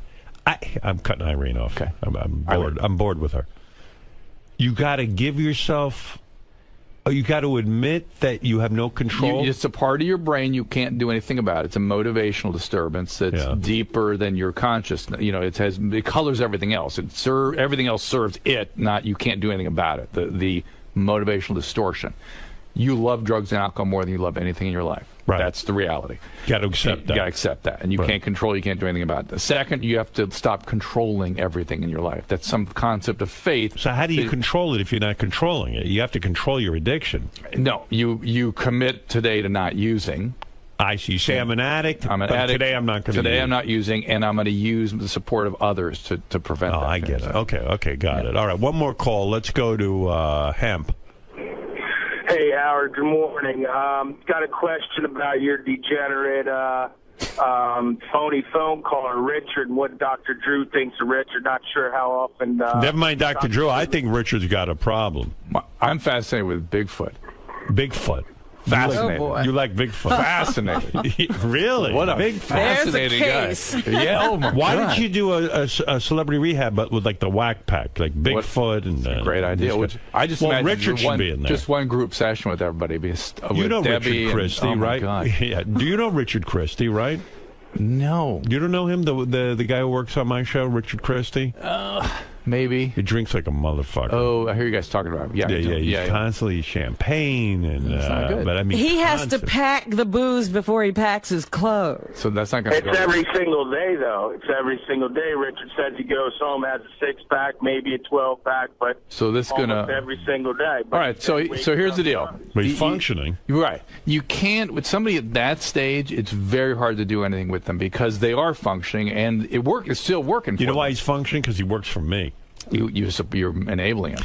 Well, I'm not enabling, but I'm like the job is so much fun. Like he makes phony phone calls. You almost have to get loaded to do that. Oh, that's for sure. Okay, yeah. Oh, yes. You know what I mean? Like if he had to go to a real job, I don't know that he could. I don't know, but maybe he could. He's in the best shape of his life physically. How old is he now? Hey, Richard, get in here. What am I talking about your case? It's gonna. We kind of deal with him, talk to him about it. Yeah, let's talk to him a little bit. We talk to him about it all the time. I mean, it's gonna. We're just not getting anywhere. It's just you can't. Here he is. Look, he's thin. He lost a lot of weight. He actually looks halfway decent. He has a relationship. He's married. Here goes Drew into his doctor thing. Is there alcoholism in your family? No. Really? No, my parents don't even really drink. How about your grandparents? Sister, no. Brother? Well, maybe. Isn't that weird? It is weird. I mean, he's brought it into the family. He's starting a new thing. You adopted? Is there Are you adopted? No. Is there some reason adopted, it's not in the family? Like his clergy, your dad's a clergy or something? Or my dad was a railroader. No, that doesn't make sense. All right, so go ahead. So I love beer. I love craft beer. I love the way it tastes, and I love it more than like soda or any. You love it more than like your health or your safety. Well, I think I'm fairly healthy. I run the other Sunday. I ran 9 miles. How much you drink in the average day? During the week, like last night, I had 1 beer. Be honest, what you're drinking? 1 beer last night, but on the weekends, I'll have. And what is the week? When does the weekend start? Friday night. Oh, Friday night. Okay, go ahead. What do you have on the weekends? I'll have probably, I don't know, 10 or 12 beers, like 16 across the entire weekend. No, per probably night. a day. Yeah, it's a lot of alcohol, right? Yeah. And then what about this whole thing when you and your wife get on trains and you pack up like bottles and bottles of champagne and down them? Yeah. Yeah. Do you have consequences from? I mean, do you guys get in trouble? Do you have legal problems? Do you have your doctor tell you to stop? I've peed myself a few times, and they had to put me in a wheelchair coming off a plane one time, going to Bubba's wedding. Right. Goofy things like that. He murdered 44 people. He just doesn't remember it. It's hard to make the firm call on him without the family history, without the genetics there. It's possible still, and maybe it was sort of hidden for years. Maybe the family. I think he's downplaying how much he drinks too. No, during the week you only have 1 beer 10 a or night. 12 on a weekend day is a lot. Did you fall down an escalator drunk? Oh, yeah. Yeah. Oh, yeah. Backwards. If he's an alcoholic, he would be minimizing, right? That's part of the condition. They deny, they lie, they minimize stuff. So, and the thing is, Dr. Drew, that whenever he's in a social situation, he gets polluted. Yeah, he like not can't just like have social drinks. Do you have social anxiety? Is that why you're sort of loading up, or maybe a little bit, especially like. Honestly, around Howard, it's Howard's fault. I get a little nervous. Like when are you around me? Never, really. Exactly. That's why I get nervous. Howard TV has a clip of Richard drunk in a wheelchair. I'm going to show it to Dr. Drew just so you can see the extent. Look, there he is. Where do I go? Oh, there he is. See that? That's him. No, you certainly look like an alcoholic there. You look like you should be in a hospital. Yeah. They had to wheel him out. Richard. It's hard not to call that alcohol. And by the way, you were on a plane, right? That's why they wheeled you out. Yeah. How many drinks did you have on the plane? Quite a few, probably 7 or 8. I don't like to fly. 7 or 8? I think there was a little more than that. Well, he drinks before Howard. You don't realize he gets drunk before the flight. Tell Dr. Drew how much you drank before you got on the plane. Look at him getting into the car. Looks like you have Parkinson's. Well, that's what happens. Yeah. Hey, we were going to Bubba the Love Sponge's wedding. It was fun. He's gone. He's just fucking gone. I mean, don't you feel like Richard's sort of downplaying this? Yeah. Hold on a second. Richard. Yeah. Remember when John and I took the crew out to dinner for Christmas? Oh, that was fun. Yeah. All right, so we went to the steakhouse, like Peter Luger Steakhouse. Tell everybody what you drank that night. You probably know better than I do. I don't remember. There's a lot of beers. I think he drank like it was at least like 12 beers. It was a lot of wine. In fact, at one point you chugged the last part of the bottle of wine. I mean, I didn't want it to go to waste. And then he called me to tell me something, hung up, and called me back completely forgetting that he had just called me. Yeah. I mean, come on. Yeah, he has blackouts. Hey, I'm not denying. He's worried about the liability of having somebody like this on his team. Yeah, but I don't drink here. I don't. He brags. Richard brags that there's a place in the city that has it's $25 all the mimosas you can drink, and he brags that he goes there every Sunday, basically puts them out of business. It's actually free mimosas as long as you buy food, so it's like the greatest. I think we're deal going to and they go for the mimosas. Yeah. How many mimosas do you have? I'll probably have about 15 or 20 of them. 15 or 20 mimosas. See, am I denying anything? What's your ethnic heritage? Where are your ancestors from? Kansas. Kansas? Oh, no, I mean, he means like your ethnic background. I don't think I ever looked that much into it. Where's your dad's family? Irish, I think. Irish. Okay. Irish and German. It's over. It's over. Hey, so that's stereotype. No, that's genetics. Just the truth. That's just the genetics. And by the way, I believe the genetics of alcoholism is a survivor gene. Really? Yeah, when you really look at where it flourished. From horrible places. Horrible places that were repeatedly assaulted for multiple generations, like Scotland and Ireland. The survivors had this gene. They were wasted. No. They're activated by extreme circumstances. I see. So alcoholics make like great fighter pilots and great shortstops and great extreme situations. Why are so few Jews alcoholics? It's a great question, and it's the only time you ever see addiction without alcoholism. The Jews and ethnic Jews, Ashkenazi Jews, and Han Chinese. Only time. Yeah. And I think probably because so many generations of horrible things, that part of it just got burned out somehow. It's like the opposite happened. It is something like back in Egypt. They lived through it. Yeah. Well, probably if we they had Herosis. I think probably in 2000 BC in Egypt, maybe we would have seen more like the Irish, but it's kept going many thousands more years, and that part's gone now too. You know what's weird about alcoholism too? Like watching Richard drunk like that is funny. Like you can't help but laugh. But not when you're going through it. No, I had fun. Yeah, you loved it.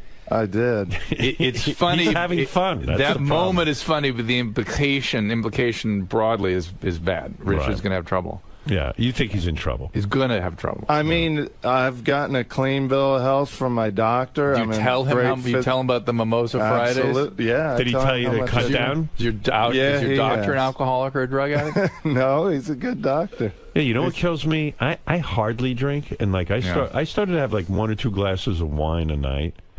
And I went for my yearly physical a couple of years ago, and I showed a slight elevation in the liver area. Very slight. Nothing, my doctor, that's what my doctor said to me. He said, so he goes, have 1 or 2 drinks a week. Yeah. And I was like, 1 or 2 drinks a week? And I started to get upset. And I said, well, if I'm getting upset, that means maybe I'm getting too into this shit. And so now I don't drink. I mean, it's definitely better not to drink. Yeah, I mean, can you imagine I'm that sensitive to alcohol? You weren't on any cholesterol meds, statin, or anything? No, my cholesterol's real low. I don't get it. Yeah, see, I had high blood pressure, high cholesterol. I got gout, but a lot of that was the gout and the blood pressure may be directly related to the alcohol. But that's why I started running a lot and getting in better shape. But now I feel like my reward, let's is a nice beer. Howard, let's examine that thinking for a second. Yeah, that's crazy. The gout and that blood pressure is from the alcohol. So that's why I started running. Right. Not stop drinking or cut down. That's why I started running. He'll never stop drinking, I'm telling you. This guy's unbelievable. I have one more point to make because somebody just reminded me of this. So the way Richard lost all his weight is he's got this app, and this app tells you how many calories you can have a day. And there's many times during the day where Richard will give his calories to alcohol rather than to food. Of course. Right. Of course. That's very healthy. How many calories is a beer? It depends. It can go from around 100 up to about 350. So, I mean, how many calories are you supposed to eat a day? I'm at about 1,800 a day. So if you're having 12 beers in one day, that's it, no food for the day. Yeah, but that's why I run 9 miles, because then that adds another 1,000 calories. Man, you're doing a lot to work around this drink. But Richard, what's fueling you when you run? You have to have some protein. Well, no, he doesn't have to have protein, but he will break down without the protein. Right. But he's such a specimen. What's fueling me when I run is knowing I get to have a beer right afterwards. Oh, my God. Dr. Drew, help him. I'm not sure it's possible. But is it really, though, honestly? Yes, honestly. Is beer as bad as being addicted to, like, vodka and hard alcohol? It's all the same. It's just you eventually get the same amount. Your brain will have you drinking in the amount that it wants you to drink. Do you know Richard's 50 beers or 3 ounces of alcohol? Whatever. You know Richard's doctor has a bar in the waiting room? I was feeling Just in case something's going on with that doctor. I've got to say. There is a dentist in New York that I heard has wine, so I'm thinking of going there. Oh my God! He never wanted to take care of his teeth. All the free wine. Yeah, you don't even brush your teeth. Why would you care? Listen to him. This is him calling in. Listen. Hardemeyer, you prick cocksucker. Listen to me now. That's Richard. Richard, I can tell you, it sure seemed nervous around Howard. Fuck you doing? But right now... Here's Richard pissing in the street. Hey, what's up, Will, you sexy bitch? All right, I'm going to leave you a message, and this is it. I'm going to take a piss right on the phone right here. In the middle of Manhattan. Girls love this. I'm wasted. You're married? All right, hold on there. I just had... it's the whole thing is a mess. The whole Dr. Drew was laughing. Well, what's he going to do? Howard, Sal just told me, his partner told me that when they travel, and there's a lot of thought when you want to be, when you want to be a drunk. There's a lot of thought that goes into it. Right. So he brings a paper bag full of the little bottles, the ones that you can get through, because they're less than 3 ounces. Miniatures. And he said, and Sal says the bag just clanks and clanks, but he says it'll be 6 in the morning, and he'll just be pounding them down. Oh, really? Because I hate to fly. I'm very scared of flying, and alcohol just makes me feel so much We saw better. evidence of what happens when you get off a plane. Well, Dr. Drew, you've done him no good. I'm worried. Though. I'm open to discussion, though. I'm not denying that I'm an alcoholic. I'll give you something. You hear that? What? What do you say? He said he's an alcoholic. You're an alcoholic. I've admitted that several times on here. And by the way, this business of, if you admit it, that's half the problem. It's bullshit. It's bullshit. Right. You got to do something about it. Richard, stop drinking for a month. Oof. He could get sick. All right. He could have withdrawal, Well, I mean. Be careful. Can you do it? Well, if that's the case, maybe I'll try it a few days at a time or something. He's not doing it. A week. You talk to your doctor maybe before you do it and get, you really be, it's very scary. It is, right? Really, it's really could go bad.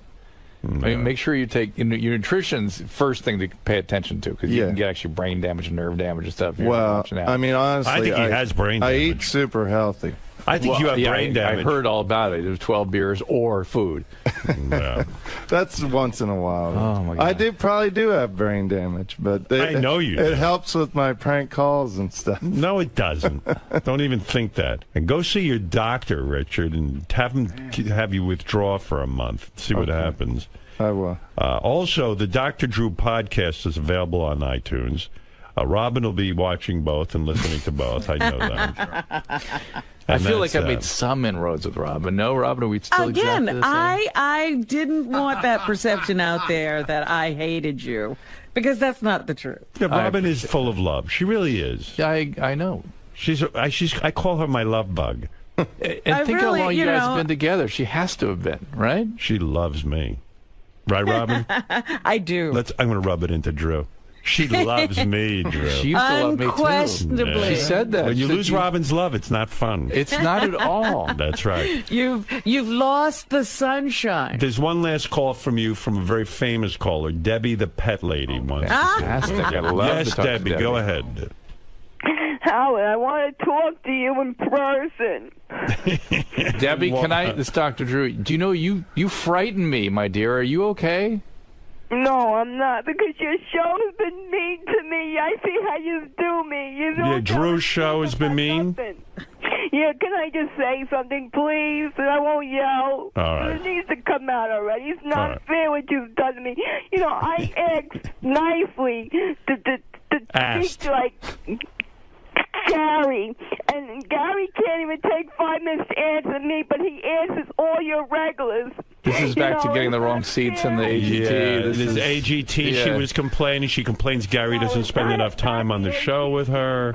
I mean, how does she know what Gary does with the others? She has. Because I see the tweets. I've seen Eric's tweet how he's bragging that Gary got hold of him and is going to help him with something on the air for today. But yeah, when I was writing Gary all 3 days in a row at the begging. Debbie, we're not like Dr. Drew, a help center. Answer your regulars, but why are you? I don't answer anybody. Like shit. You treat me like crap, but you don't want to. Well, if that's Gary treating you that way, don't blame Howard. And Gary can't be involved with you. No, we're treating her fine, Howard. I know you are. He wanted to have me locked up and have FBI come to my house and take my kid away, but that's okay. Her kid? Who's taking your kid? Oh yeah, she has a kid. How do you support? Come on, the reporter, John. Debbie, how do you support your child? Debbie? What do you mean? I mean, what do you do for a living? What do you mean? What do you do for a living? Nobody works. I'm on disability. from state. Yeah. And how old's your child? My child's older now. He's 16. 16. Is he getting on okay? Is he going to go to college and stuff? Yeah, he's actually doing very good. He smart. He got good grades. And Debbie, somebody must have advised you to take medication along the way. How come you don't take medication? I think she does. Do you? I was taking. I stopped. Oh, you can tell. Yeah. And all that. You have sort of a bipolar disorder. Is that right? They diagnosed me with schizophrenia.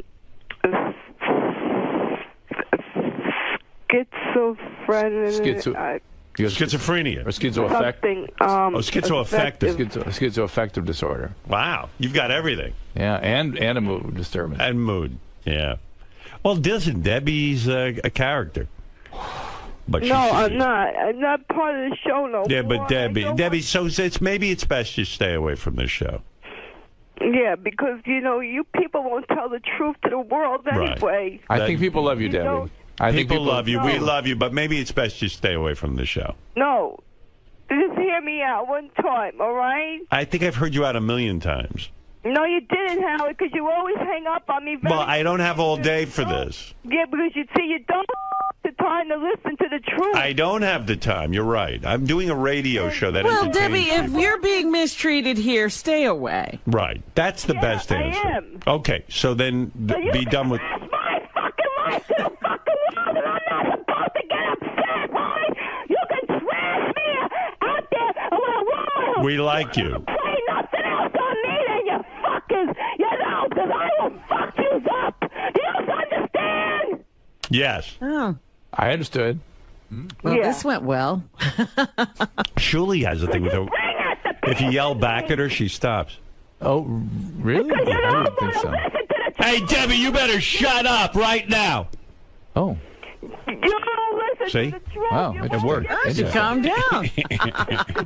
By the way, Richard's in the corner doing shots. And who can blame him? It's fun. Let's join in. All Why right. did you let that, John? I don't know, Debbie. Please. We didn't do stay anything. away from the show. Lieberman? Oh, John Lieberman, you don't like? He threatened Oh, he came to her house, right? He came and he's done and embedded. You know, he's on HLN every night with Jane Velez. anything aired. You people don't want me on your show anymore. Fine. No, I don't want to be on your show anymore either. That's probably That's best. the deal I wanted to make with you people. All right. So leave me alone. Fair enough. All right. All right. I only cater to your regulars anyway, because that's all you want on your show is your regulars, because that's all you ever All right. to your regulars. Fair enough. Thank you, Debbie. We agree with you. 3 years, I wasted 3 years on this show, and I want the world at least to hear what I had to say, because it's not right how you people did me for 3 years. If she took medication, could she be normal? No.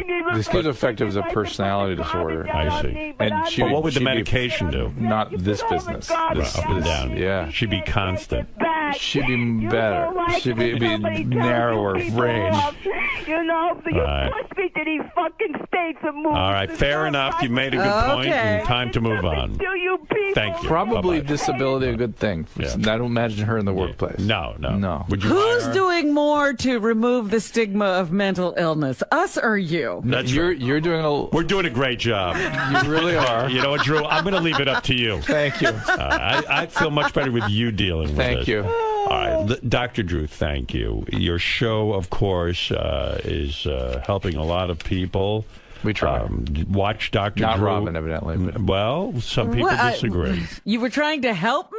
Richard, go out in the hall and talk to Dr. Drew. Richard, I wanted to thank you. I mean, thanks for even bringing me up. I appreciate it and caring. It really I worked. appreciate it. And I'm reading Steve-O's book right now too, and you really helped him. Steve-O, we helped. Yeah. Steve-O was going to die. Yeah, Steve-O's amazing. You know who helped him is Knoxville. Johnny. Knoxville called me. We all knew what was going on. I said, Knoxville, you've tied this guy up a million times.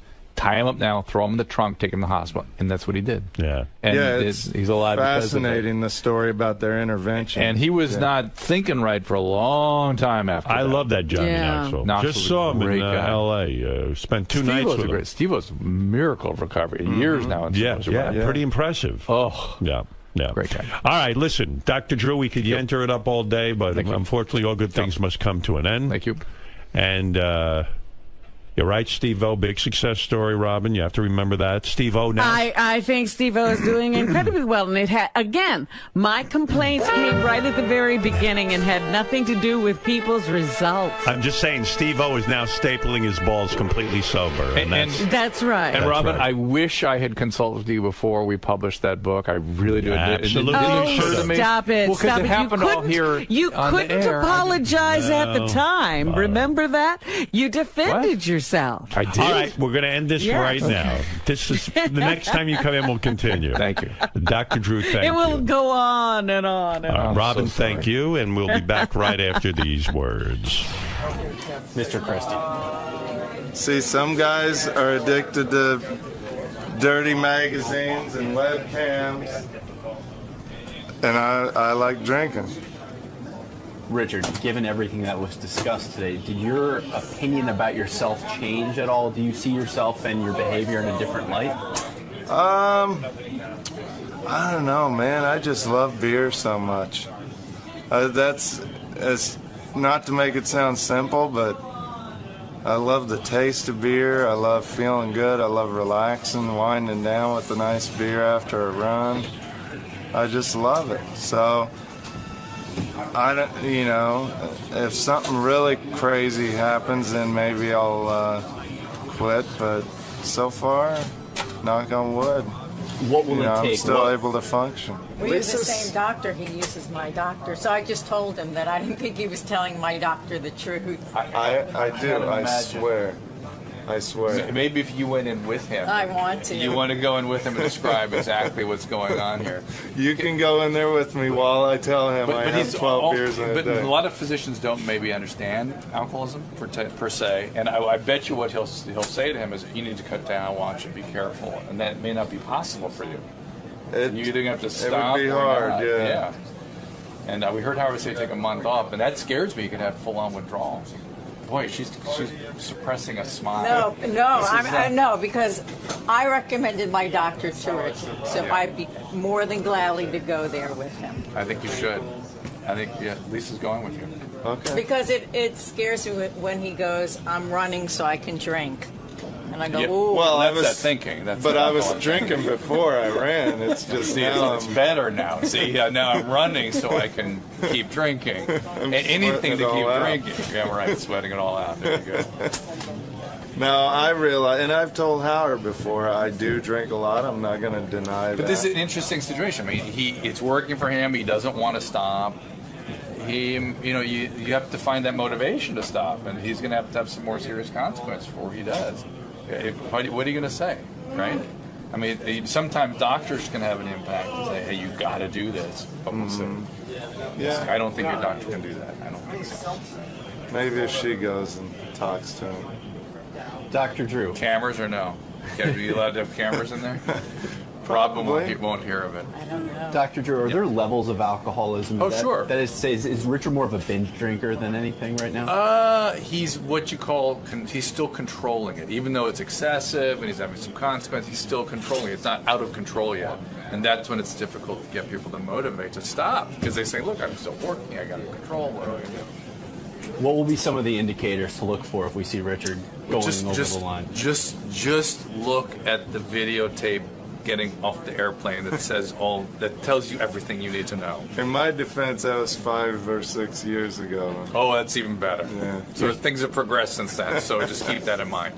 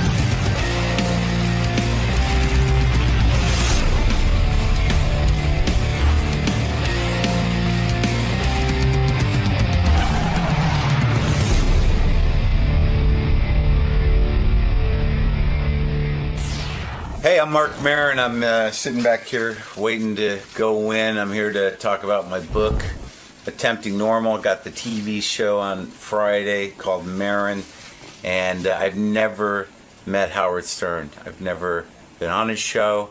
I'm nervous a little bit, but I'm watching him on TV, so I think it's gonna be all right. But I have no idea. I'm excited. That's what I meant to say. Excited and full of dread, panic.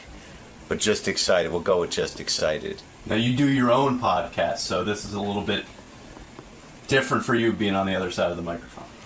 Well, I'm familiar with it, but I've never been on the other side of Howard's microphone. Very true. I mean, this is a guy that I've, listened to and known about for my entire career, and I've never had a lot of friends been on here. Never figured he knew who I was. Still not sure. We'll see. But it's a big day. It's a big day. Cool. All right, Mark. We'll see you in the studio.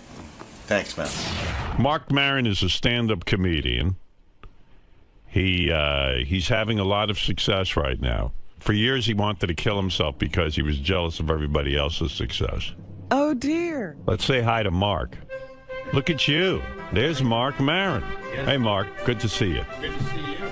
Nice having you. I wonder who he was jealous of? Who were you jealous of that you were you were really annoyed with your career for a while? Yes, a long time. You were jealous. Of course, consumed. Who consumed. But I understand that. Yeah. You know, when I see other people doing well, it makes me angry and hurt. Oh yeah, absolutely. If you're not doing well, right? But who was it you were jealous of? No, even when I was doing well, I'm still angry with people who are doing well. How can you not be? You're right. The biggest one, really, for years was Jon Stewart, quite honestly. Right. Because, really? Well, we had started together, and I kind of knew him. And somewhere in my brain, I thought, if I could just keep my shit together a little bit, there's no difference between us. And there was a period in time when I first started out where he was literally on every magazine every week. I would walk down. The best press ever. And I'd walk down the street, and every newsstand, it was just his face going, "Fuck you, Maron. Who's winning? Who's winning?"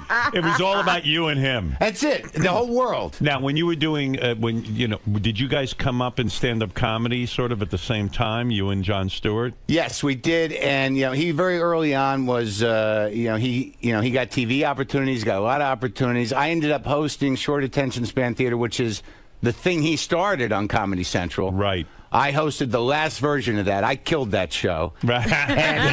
Things were not going well. Yeah. So, wait, because you're kind of a political guy, too. You did Air America for a while. For a couple of years. I was more reactionary. I was political for a little while, but I was generally just pissed off and angry, and I thought bitterness was... Did you try the Air America experiment because you said, hey, that's a way to be like Jon Stewart? Like, I'll be political kind of guy, too. No, that was because the Air America thing happened because I was out... I just moved out to Los Angeles. Right. My career was... it never really took off, and I got this opportunity. Yeah, because I never really heard of you. That's not nice. And no, I'd never heard of you before. Yeah. And, like Gary King, hey, you should have Mark Maron on there. Yeah. Well, who is Mark Maron? And then people started telling me, and you came up with Louis C.K. and all these guys. Yeah. And you must have hated Louis, too. Well, me and Louis, that became a problem. We kind of resolved that.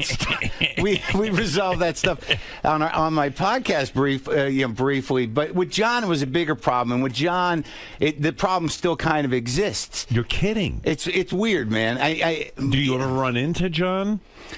No, but... does he know you're upset with him, even though there's no rational explanation for it? Yes. He knows. No, I'm not upset with him anymore. He's still kind of, he's a little upset with me. Did you go around bad-mouthing him? Was that the problem? No, I used to do it right to him. Really? What would you say to him? It was ridiculous. like there was a... You felt you were entitled to his career. I felt that if I could just be charming and not be such a dick, right? That I could, I could be that guy. I used to think if I just committed to a haircut, if I just committed to a hairstyle and a shave, and a shave, the guy, he's just got the confidence to never change his haircut, and that was. You felt you were the same. You know what it is? You probably knew that your anger was getting in the way of your career. Because John's like a nice guy, like he's not a shit, No, yeah. And what you're saying is you're a shit, yeah. And you're an angry, pissed off guy. I was. I'm better. Did you go in therapy to get rid of that? No, you get old and you get your ass handed to you. I mean, you're going to get humbled, right? Yeah. After a certain point, if you're an asshole, eventually you're like, well, this isn't working out, right? And you get humbled. Your wife leaves, your career craps out, and then that's it. You're sitting with your own shit. So what was going on for you? You were going out. Like you auditioned for Saturday Night Live, right? I did in '95, and you didn't get it. No, I didn't get it. And that's the kind of stuff that was beating you down. You'd start to see the other guys in stand-up comedy who you came up with, sure, getting great opportunities, right from the beginning. And you said, "I'm as funny as they are." Yeah, and I used to call my manager and go, "How's he fucking get that?" The first 20 years of my career were fueled by spite, by me yelling at my manager, saying, "Why is that guy on television?" And then your manager would say, "Look, what do you want from me? Go out and do something, dummy." Say, I'm not talking to you anymore. Right. But so you probably hung around with a lot of losers because it made you feel better. guys you wouldn't be jealous of? I didn't hang around with anybody. Right. You were that angry. Well, I was. I hung around with Louis. The guys were always good. Me and Attell and Louis and Jeff Ross. I mean, all these guys were my guys. Sarah. Right. We all hung out together. Todd Barry, and I was all part of that scene. Right. I was not that angry. I was not that miserable. I was still doing comedy, but in my heart, I couldn't quite reconcile why. And now this stuff is happening. I'm almost 50. Did you ever think about giving up comedy? Did you ever say, "Hey, that's not for me. It's not working out"? No, I didn't know what else to do. That happened to me even a few years ago when everything hit the skids, and before I started my show, the podcast, Your podcast has changed everything. Yeah. Your podcast gets what, 700,000 downloads per show? It gets between 300 and 400,000 per show. That's amazing. It's great. How did people learn of your podcast? I don't understand that universe. Well, ultimately, what happened, we started it, and then I started talking to comics, and it evolved into this one-on-one interview show, and there were a couple of episodes that became very important and sort of put it on the map. I did one with Robin Williams. I did 2 with Louis, a double episode where we kind of rebuilt our friendship. I did 2 with When @𝗫𝗫. Louis was on your podcast, you guys were on the outs. We hadn't talked in a while. There was tension because I'd gotten to the point where I couldn't interact with Louis because I couldn't handle his success. Yeah, he's on fire. He's always been kind of on fire. He's a very talented guy. Right. But we've been friends for years. And so did there come a time where you said to Louis, "Look, Louis, the reason I can't be friends with you is because I'm so jealous of you"? Yeah. You did. You confronted him with I it. said that. And what did he say? He probably got uncomfortable because this guy Maron's out of his fucking mind, right? Well, he said, it upset him, and then it came to a point where, he was having his own problems, and, I was a friend of his, too, but he didn't feel like he could reach out to me, so there was this thing. So you hadn't spoken in years? Not much. And he walked, so when you I went to his him, house. You went to his house to with the microphones. That's a humbling experience. Did you tell him you were coming, or you just No, he knew. He wanted. We weren't. We didn't hate each other. We just didn't talk much, and it used to hurt my heart. And then he called me on it in the middle of that show. Right. He said, when you couldn't talk to me, I might have needed a friend. You were being a shitty friend. And, I almost got, I got a little choked up, and I let the moment happen. And then since then, we've been in touch. We've been all right. Did there come a time for a lot of comedians, this real sign of success was if Marc Maron hated you? I do a lot of apologizing on my show. Right. You do. I do. But that takes a big man to do that. Well, it took a while. Yeah. That's what happened with John, is I called him up. I'm like, hey, I'm the apologize guy. Right. So, I call him up, and I'm like, let's do this. I apologize to people. That's my new thing. Right. And he's like, well, I don't know if you remember what a dick you were. Wow. To me. What did he remind you of? What had you done? I was a dick. How were you a dick?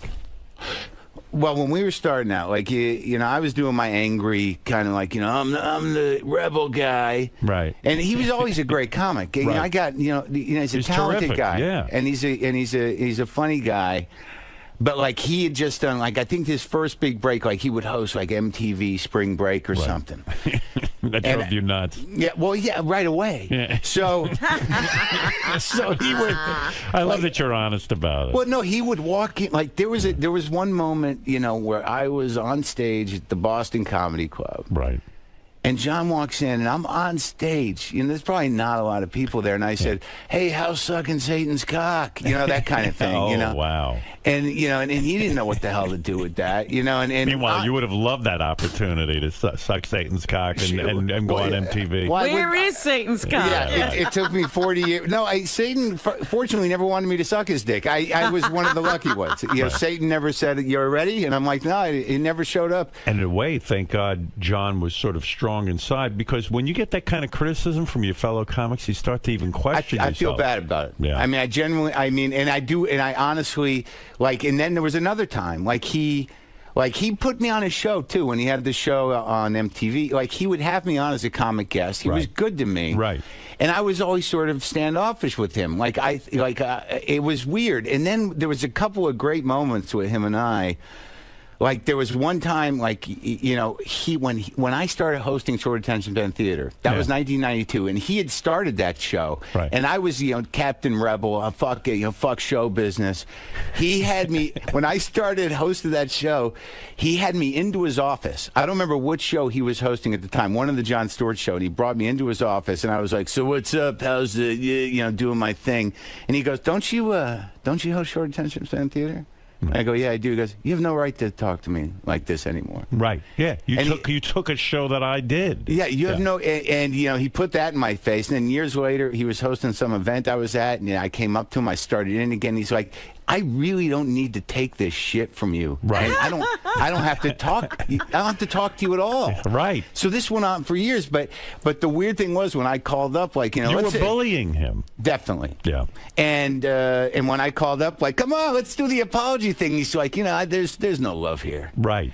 Good for him. I mean, good for him in a way. Yeah. No, I get it. Why do I need to put myself through it? It was a great moment for me for him to say that because I needed to hear that. So is he on? So he's never been on the podcast. No, he said he would have coffee with me, maybe. Right. But no, he's not going to put it out there up for everyone. No, he's not a very public guy, and I get that. And look, to be honest with you, because however angry you are, I can tell it really bothers you because you know what? John's a really nice guy. He really is. I mean, I've met a lot of people. Yeah. And John is sincerely one of the nicest people I've ever met.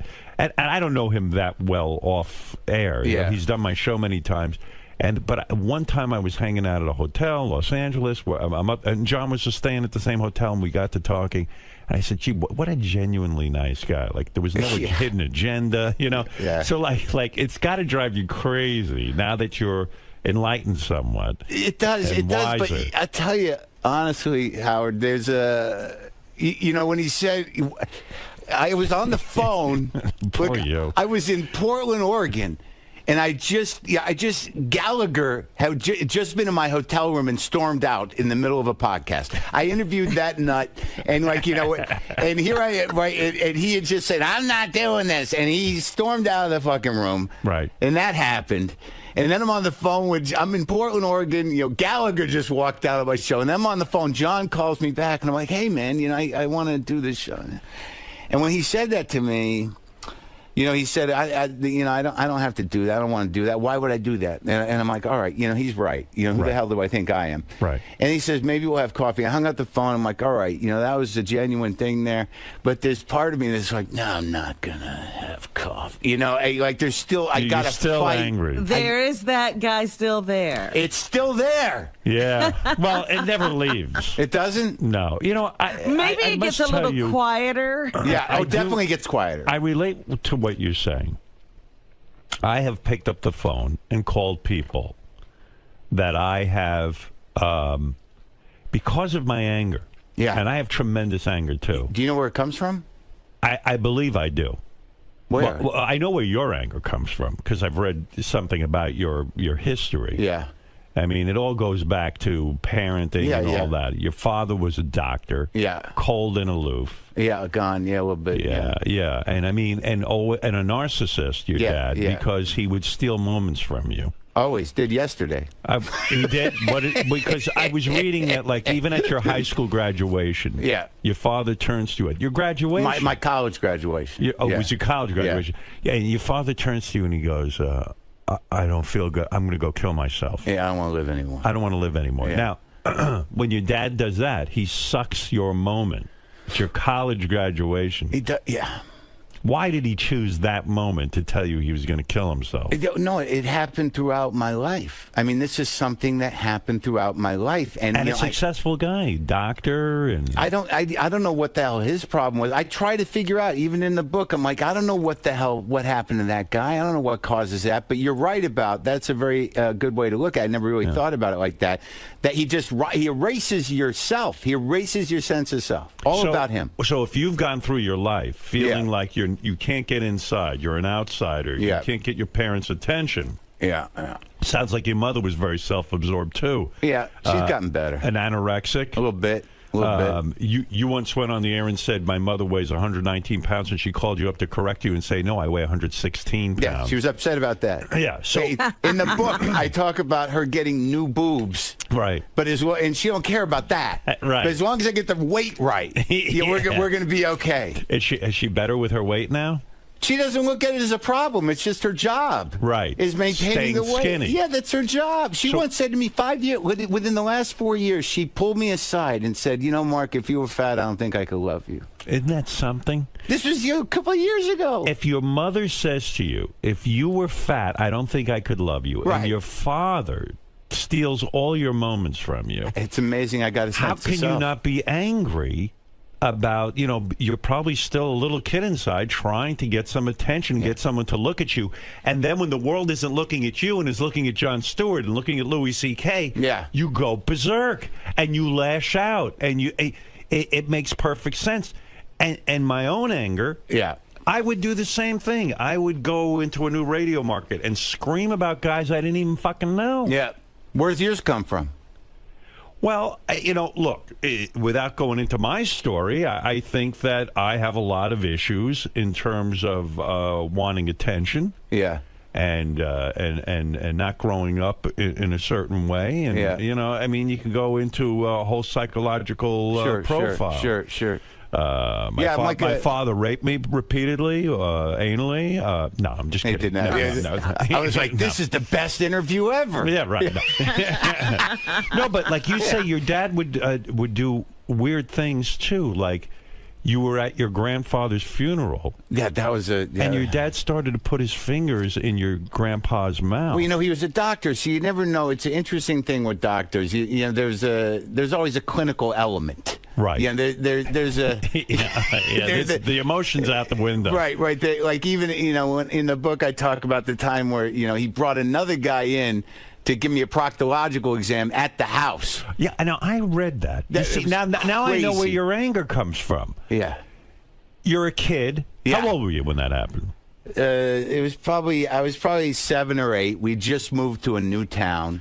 And you felt you had I had a pain in my stomach, right? So my father, who's an orthopedic, not an internist, he's an orthopedic, not a proctologist, right? No, and he's going to examine me. He's my dad. He's a doctor. So he gives me that examination. He sticks his finger in my ass. Where did this occur? In your bedroom? No, I don't know. I can't remember where that one where the first, when the initial examination. I don't know where it occurred. But there's a moment there where you're like, he's a doctor. This is something that happens. But in retrospect, I don't know how you process that as a kid, right? So in my memory, he doesn't know what the hell is wrong with me, really, because it's not his line. He's a bone guy, right? So he finger bangs me. Well, so he brought you somewhere in a room. Yeah, and bends you over. Yeah, and he gives me that and sticks his finger all the way up your ass, right, to see if I have appendicitis. He thinks I have appendicitis. Is that the proper way to even diagnoose appendicitis? I have no idea. All I know is he brought another guy over.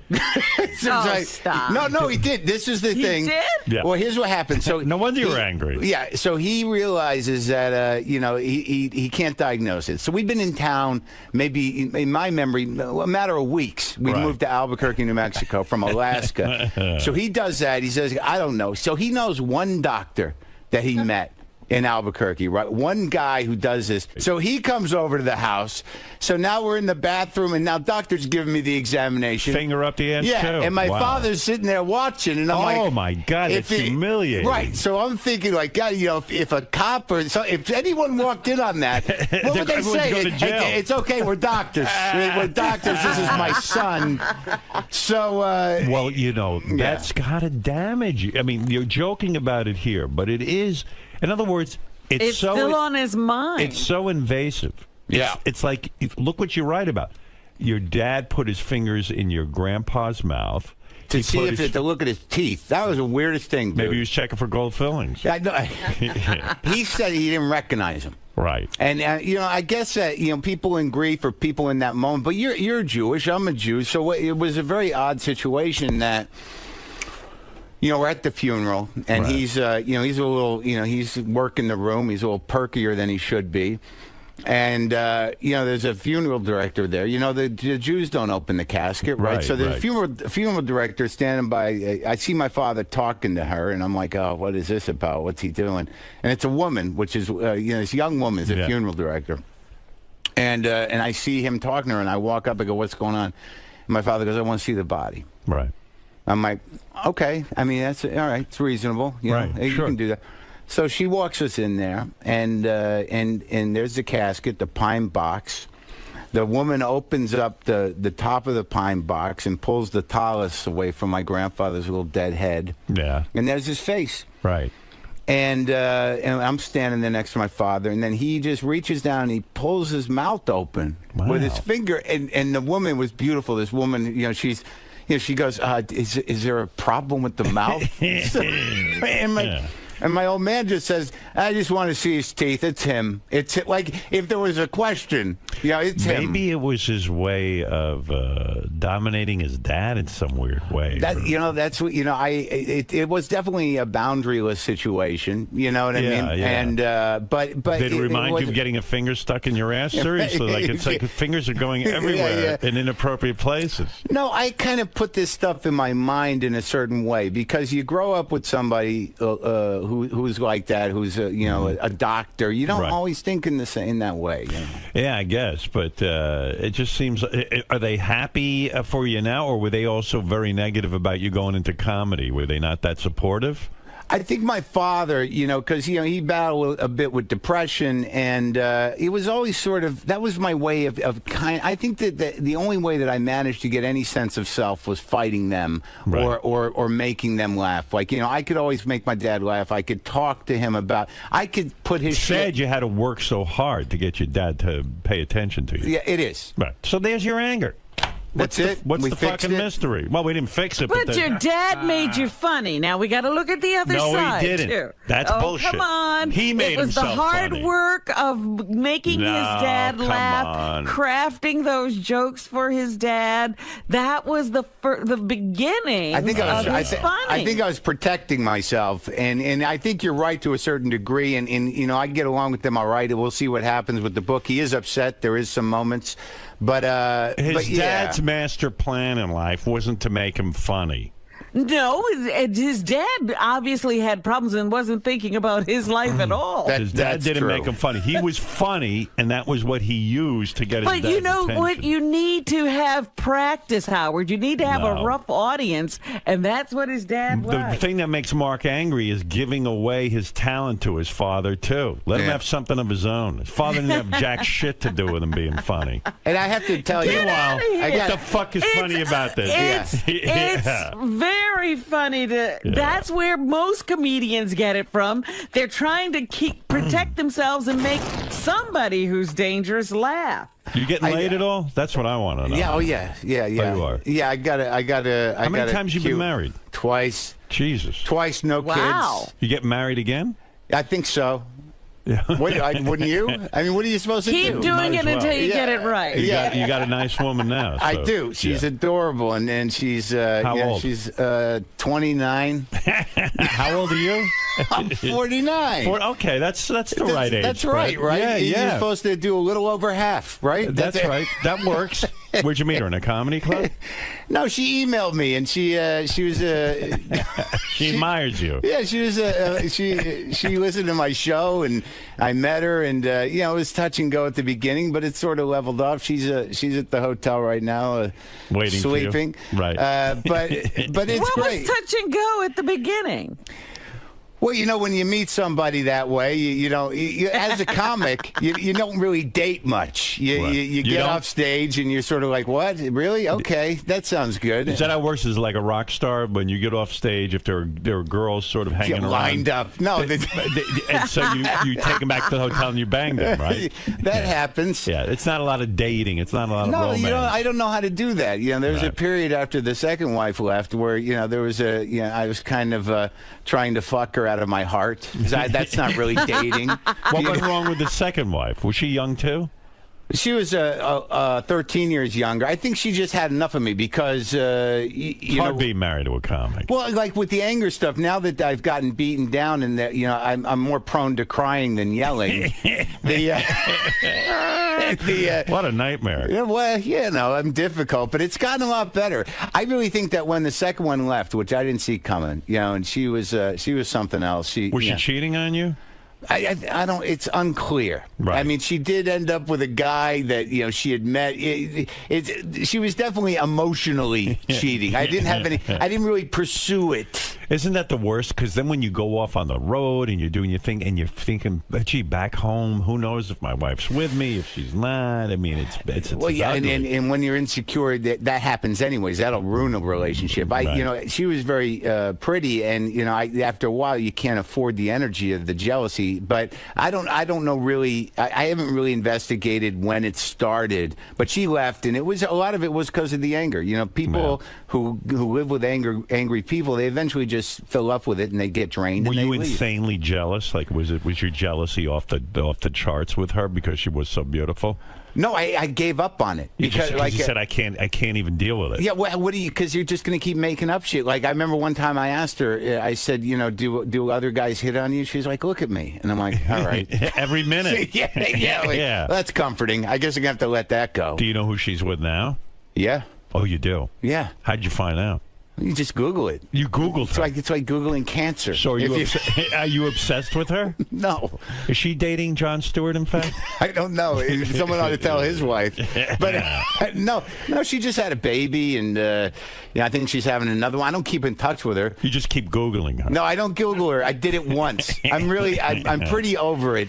I've resolved a lot of that stuff. I did a lot of comedy on it. I've talked about it a bit. I'm over that. And, I'm just trying to be the right guy with this one. Is the new one very beautiful as well? Yeah, she's adorable. Yeah, so there you go. You can have the same issues. I'm okay. This one's different. She doesn't take any shit. She works. She works with autistic kids and severely emotionally abused children. So she's perfect for me. Right. I mean, she knows how to handle you. She does. I mean, she has actually looked me in the eye and honestly said, "Use your words." Right. Now, use your words. Well, thank God you got a show now. No wonder you're feeling better about yourself. Yeah. You're on IFC, and the show did help. Everything, the podcast, and it helped. Success helps. The podcast became popular, and you created a TV show off the podcast? Right. So basically my life now, as a comic, you go in every few years, and hopefully your life has changed enough for someone to be interested to make a show. So, yeah, it's based on... Is it a sitcom? Yeah, it's a half-hour scripted comedy. Thank God you got this, because when you start seeing young comer-uppers like Amy Schumer and Whitney Cummings getting jobs and getting TV shows you probably were going psychotic. No, nothing but hope for the best for those people. No, you don't. Because didn't you even say age-wise, I still need my break.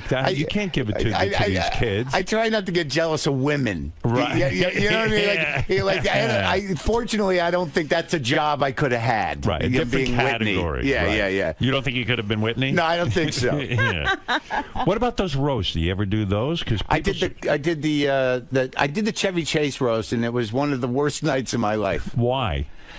Because when you're an angry guy, generally when you're Chevy's angry too. Yeah, but he didn't want to be there. Right. I mean, it was and I liked that guy when I was a kid. Sure. But I'm not great with roasting, or I didn't used to be, because when you're angry, if you're insulting somebody, it's to hurt them. Right. So my tone isn't quite right, but I'd written jokes, and I'd never done a roast before. But I remember I got up there, and that place the dais was big. Right. It was huge. It was not, I'd never done it before. Right. And, thank God they sweetened that thing, because literally I got up on stage. There must have been 2,000 people in that. It was right over here at the Hilton. It was, and I was just bombing. And Chevy's sitting right there. He doesn't give a fuck. Right. Everybody I know in comedy, and I'm bombing. And at some point, I'm like, oh my God, this is going horribly. Right. And then I got to laugh, and it kind of broke. The jokes were good, but I literally, I could feel my personality disintegrating, and I was starting to sweat. And after that night, I went up into my hotel room. I was with my buddy Sam Lipsyte. You know, he writes novels, and I'm literally on the verge of tears. I'm like, I can't do this anymore. And it must I can't have been do it so anymore. sad to me, comedy in general, right? Everything. Yeah, I don't know what the hell was going on. Because here you are waiting for a big break. You're trying to get your profile up. You get in front of a big crowd. You know it's going to be on Comedy Central, and you fucking tanked. I'm tanking. Yeah, and you're like, how can that be? Well, it happens. Yeah. I mean, it's part of the you liability. say it was your anger because you were so angry that it didn't come off fun. Well, no, I wasn't angry. I just wanted the jokes to work. I wasn't angry at him. Like, I just, like, doing those jokes, it's hard for me to deliberate how to do them. I've gotten better. That was a few years ago. It's a different style, right? Yeah, it is a style. It's not like your stand-up act. No, it is. It's definitely, there has to be a warm-heartedness to it, or it's not.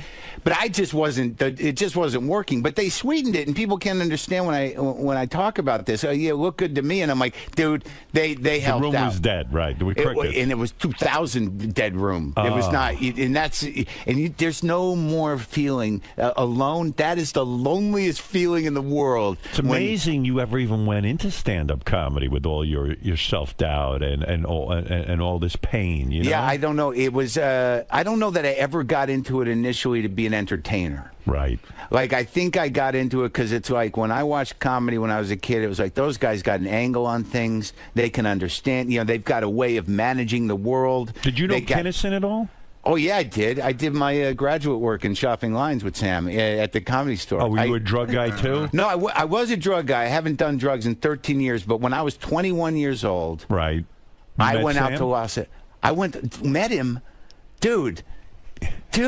You hung with him. It was 1987. I went out there to be a comic to Hollywood. Right. I get a job as the doorman at the Comedy Store. Right. And it's right before his time. It's right before he breaks, right? Yeah. I didn't know this guy. I'd seen him once on TV and quite frankly didn't like him. Right. I was like, he screams a lot. You know, I don't know. What kind of comedy is that?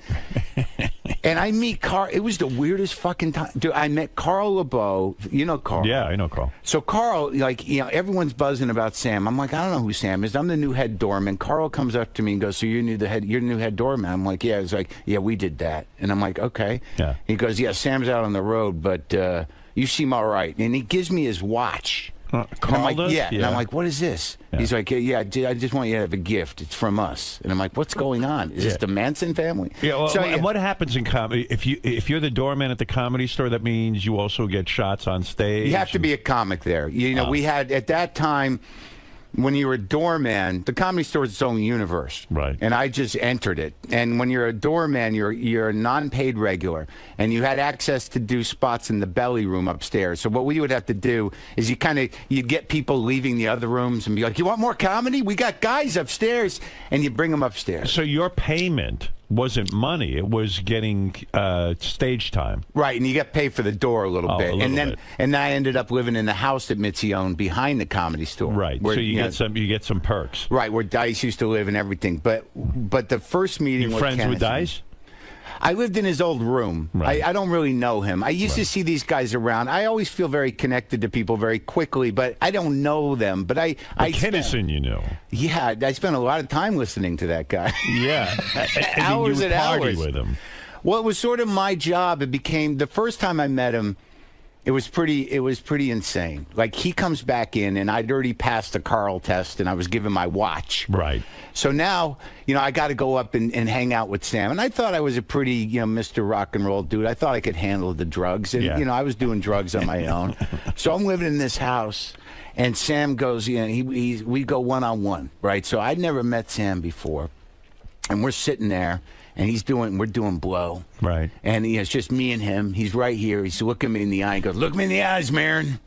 Can't trust a man who doesn't look me in the eyes. And I'm like, I don't know this guy. Yeah. And I'm looking him in the eyes. I'm like, okay, I'm doing it.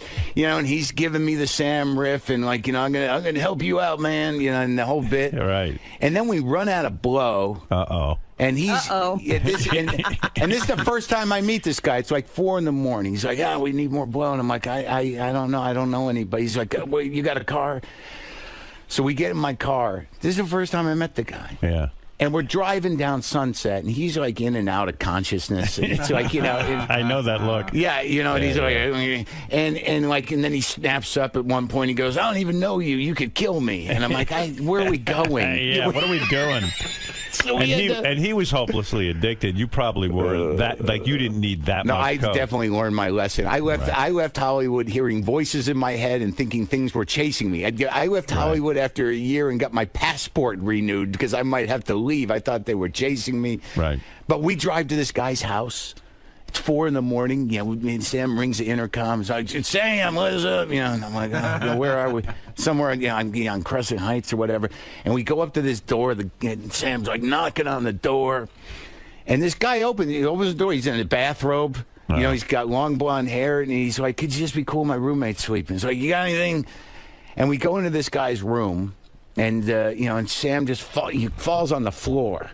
And he goes, you got any booze? And then, for some reason, all this guy had was miniatures. And he gives Sam miniature bottles of booze. Yeah, he gives Sam, he gives a little bottle of vodka. So he gives a little fat Sam who's on the floor with this mini Smirnoff bottle. So you just see Sam. He looks like a giant. It's like Gulliver in the land of booze. Exactly. Right. Yeah. So he's drinking this, and he passes out.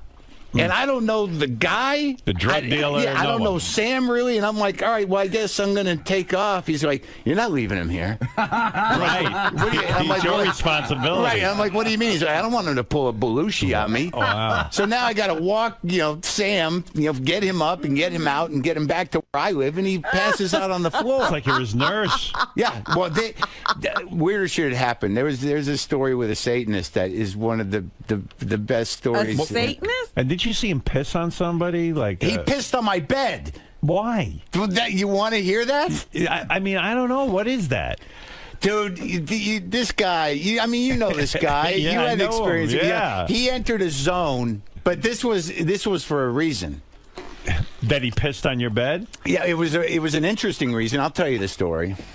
He back then, I was a 21-year-old kid, and I was out of my mind on drugs, and and I grew to love Sam's stuff. When his material was amazing. Well, yeah, I saw him develop the whole homosexual necrophiliac bit. I saw that happen, the evolution of that bit, and the first time do you know that bit? Yes, of course. The first time when he did He's that laying bit, there in the morgue. Yeah, when he did that in the main room, and you see him on the ground, he just starts rocking. Well, what's that? It was mind blowing. Right, he was a mind-blowing comic. Mind-blowing. Yeah. I still listen to Hotter Than Hell once a year or twice a year. Right.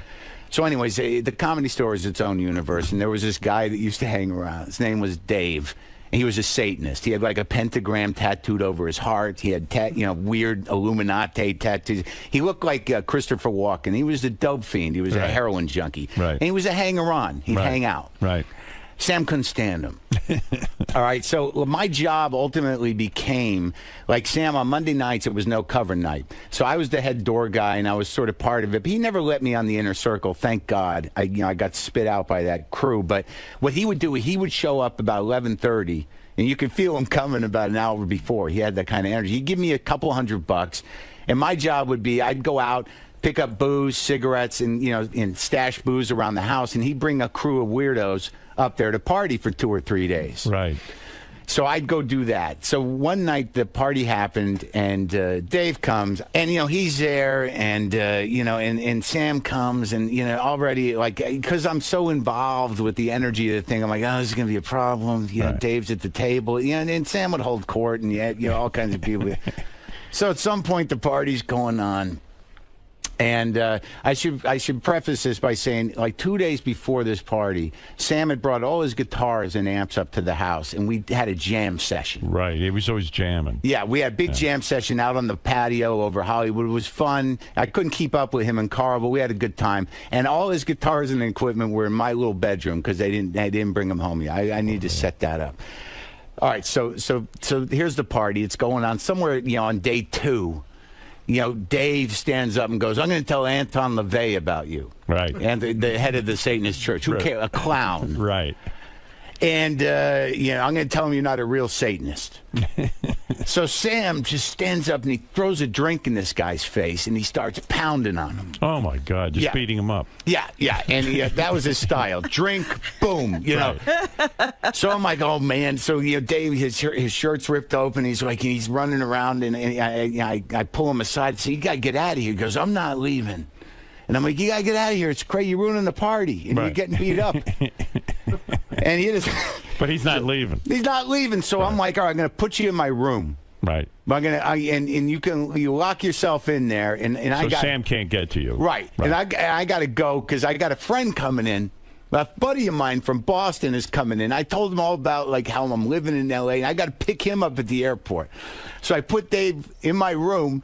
I go to the airport. I pick up Bill. I take him to his hotel, and I sleep over there because I don't even want to go back over there. Right. He wants to be part of that. That's right. Right. So the next morning, so this is whoever's been going has been going at least 2 days now. Right. So I take him back over to the house. Bill, who I told everything. Sam's brother. No. Oh, Bill, my friend Bill. Okay, go who's ahead. coming to visit me. Yeah. And, I'm excited because like I'm living the life. So Bill has no idea, what's going on. So we go over to the house because I'm going to show him the house. So we walk in, and Sam's still there with a couple other people. All right. So the party has dwindled down to just 2 or 3 people and Sam doing blow at 10 in the morning. Oh my God. And I walk in. First I go over to my room. The door's been kicked in.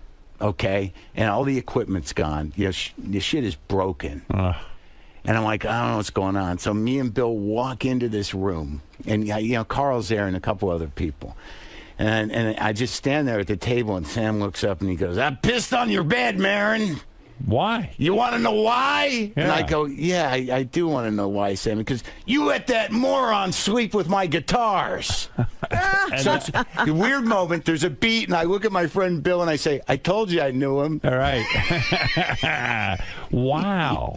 And then after that, he kicked me out of the band and kicked me out of the group, and I wandered off, and I was able to rebuild. I went back to New Mexico. I cleaned up the first time, and I went back to Boston. Being in Sam's orbit, you could get caught up in the whole so drug glad life. I got out. Yeah. Because, I started my own thing. I mean, that was 87, 88. I went back to Boston, got a job in the coffee shop, started doing stand-up at Catch a Rising Star. You got your life back together. Yeah, It was a good thing Sam peed on your bed. Yeah, it was the best thing, one of the best things that ever happened to me. I noticed with people who hung around with Sam, they'd start to lose themselves and become sort of part of Sam's entourage and then never sort of pick up their own lives. Happens with a lot of entourages. I see it to this day. Yeah. There was the Dice entourage. There are guys that have entourages, and it becomes difficult to find your own personality if you're what Mike Becker used to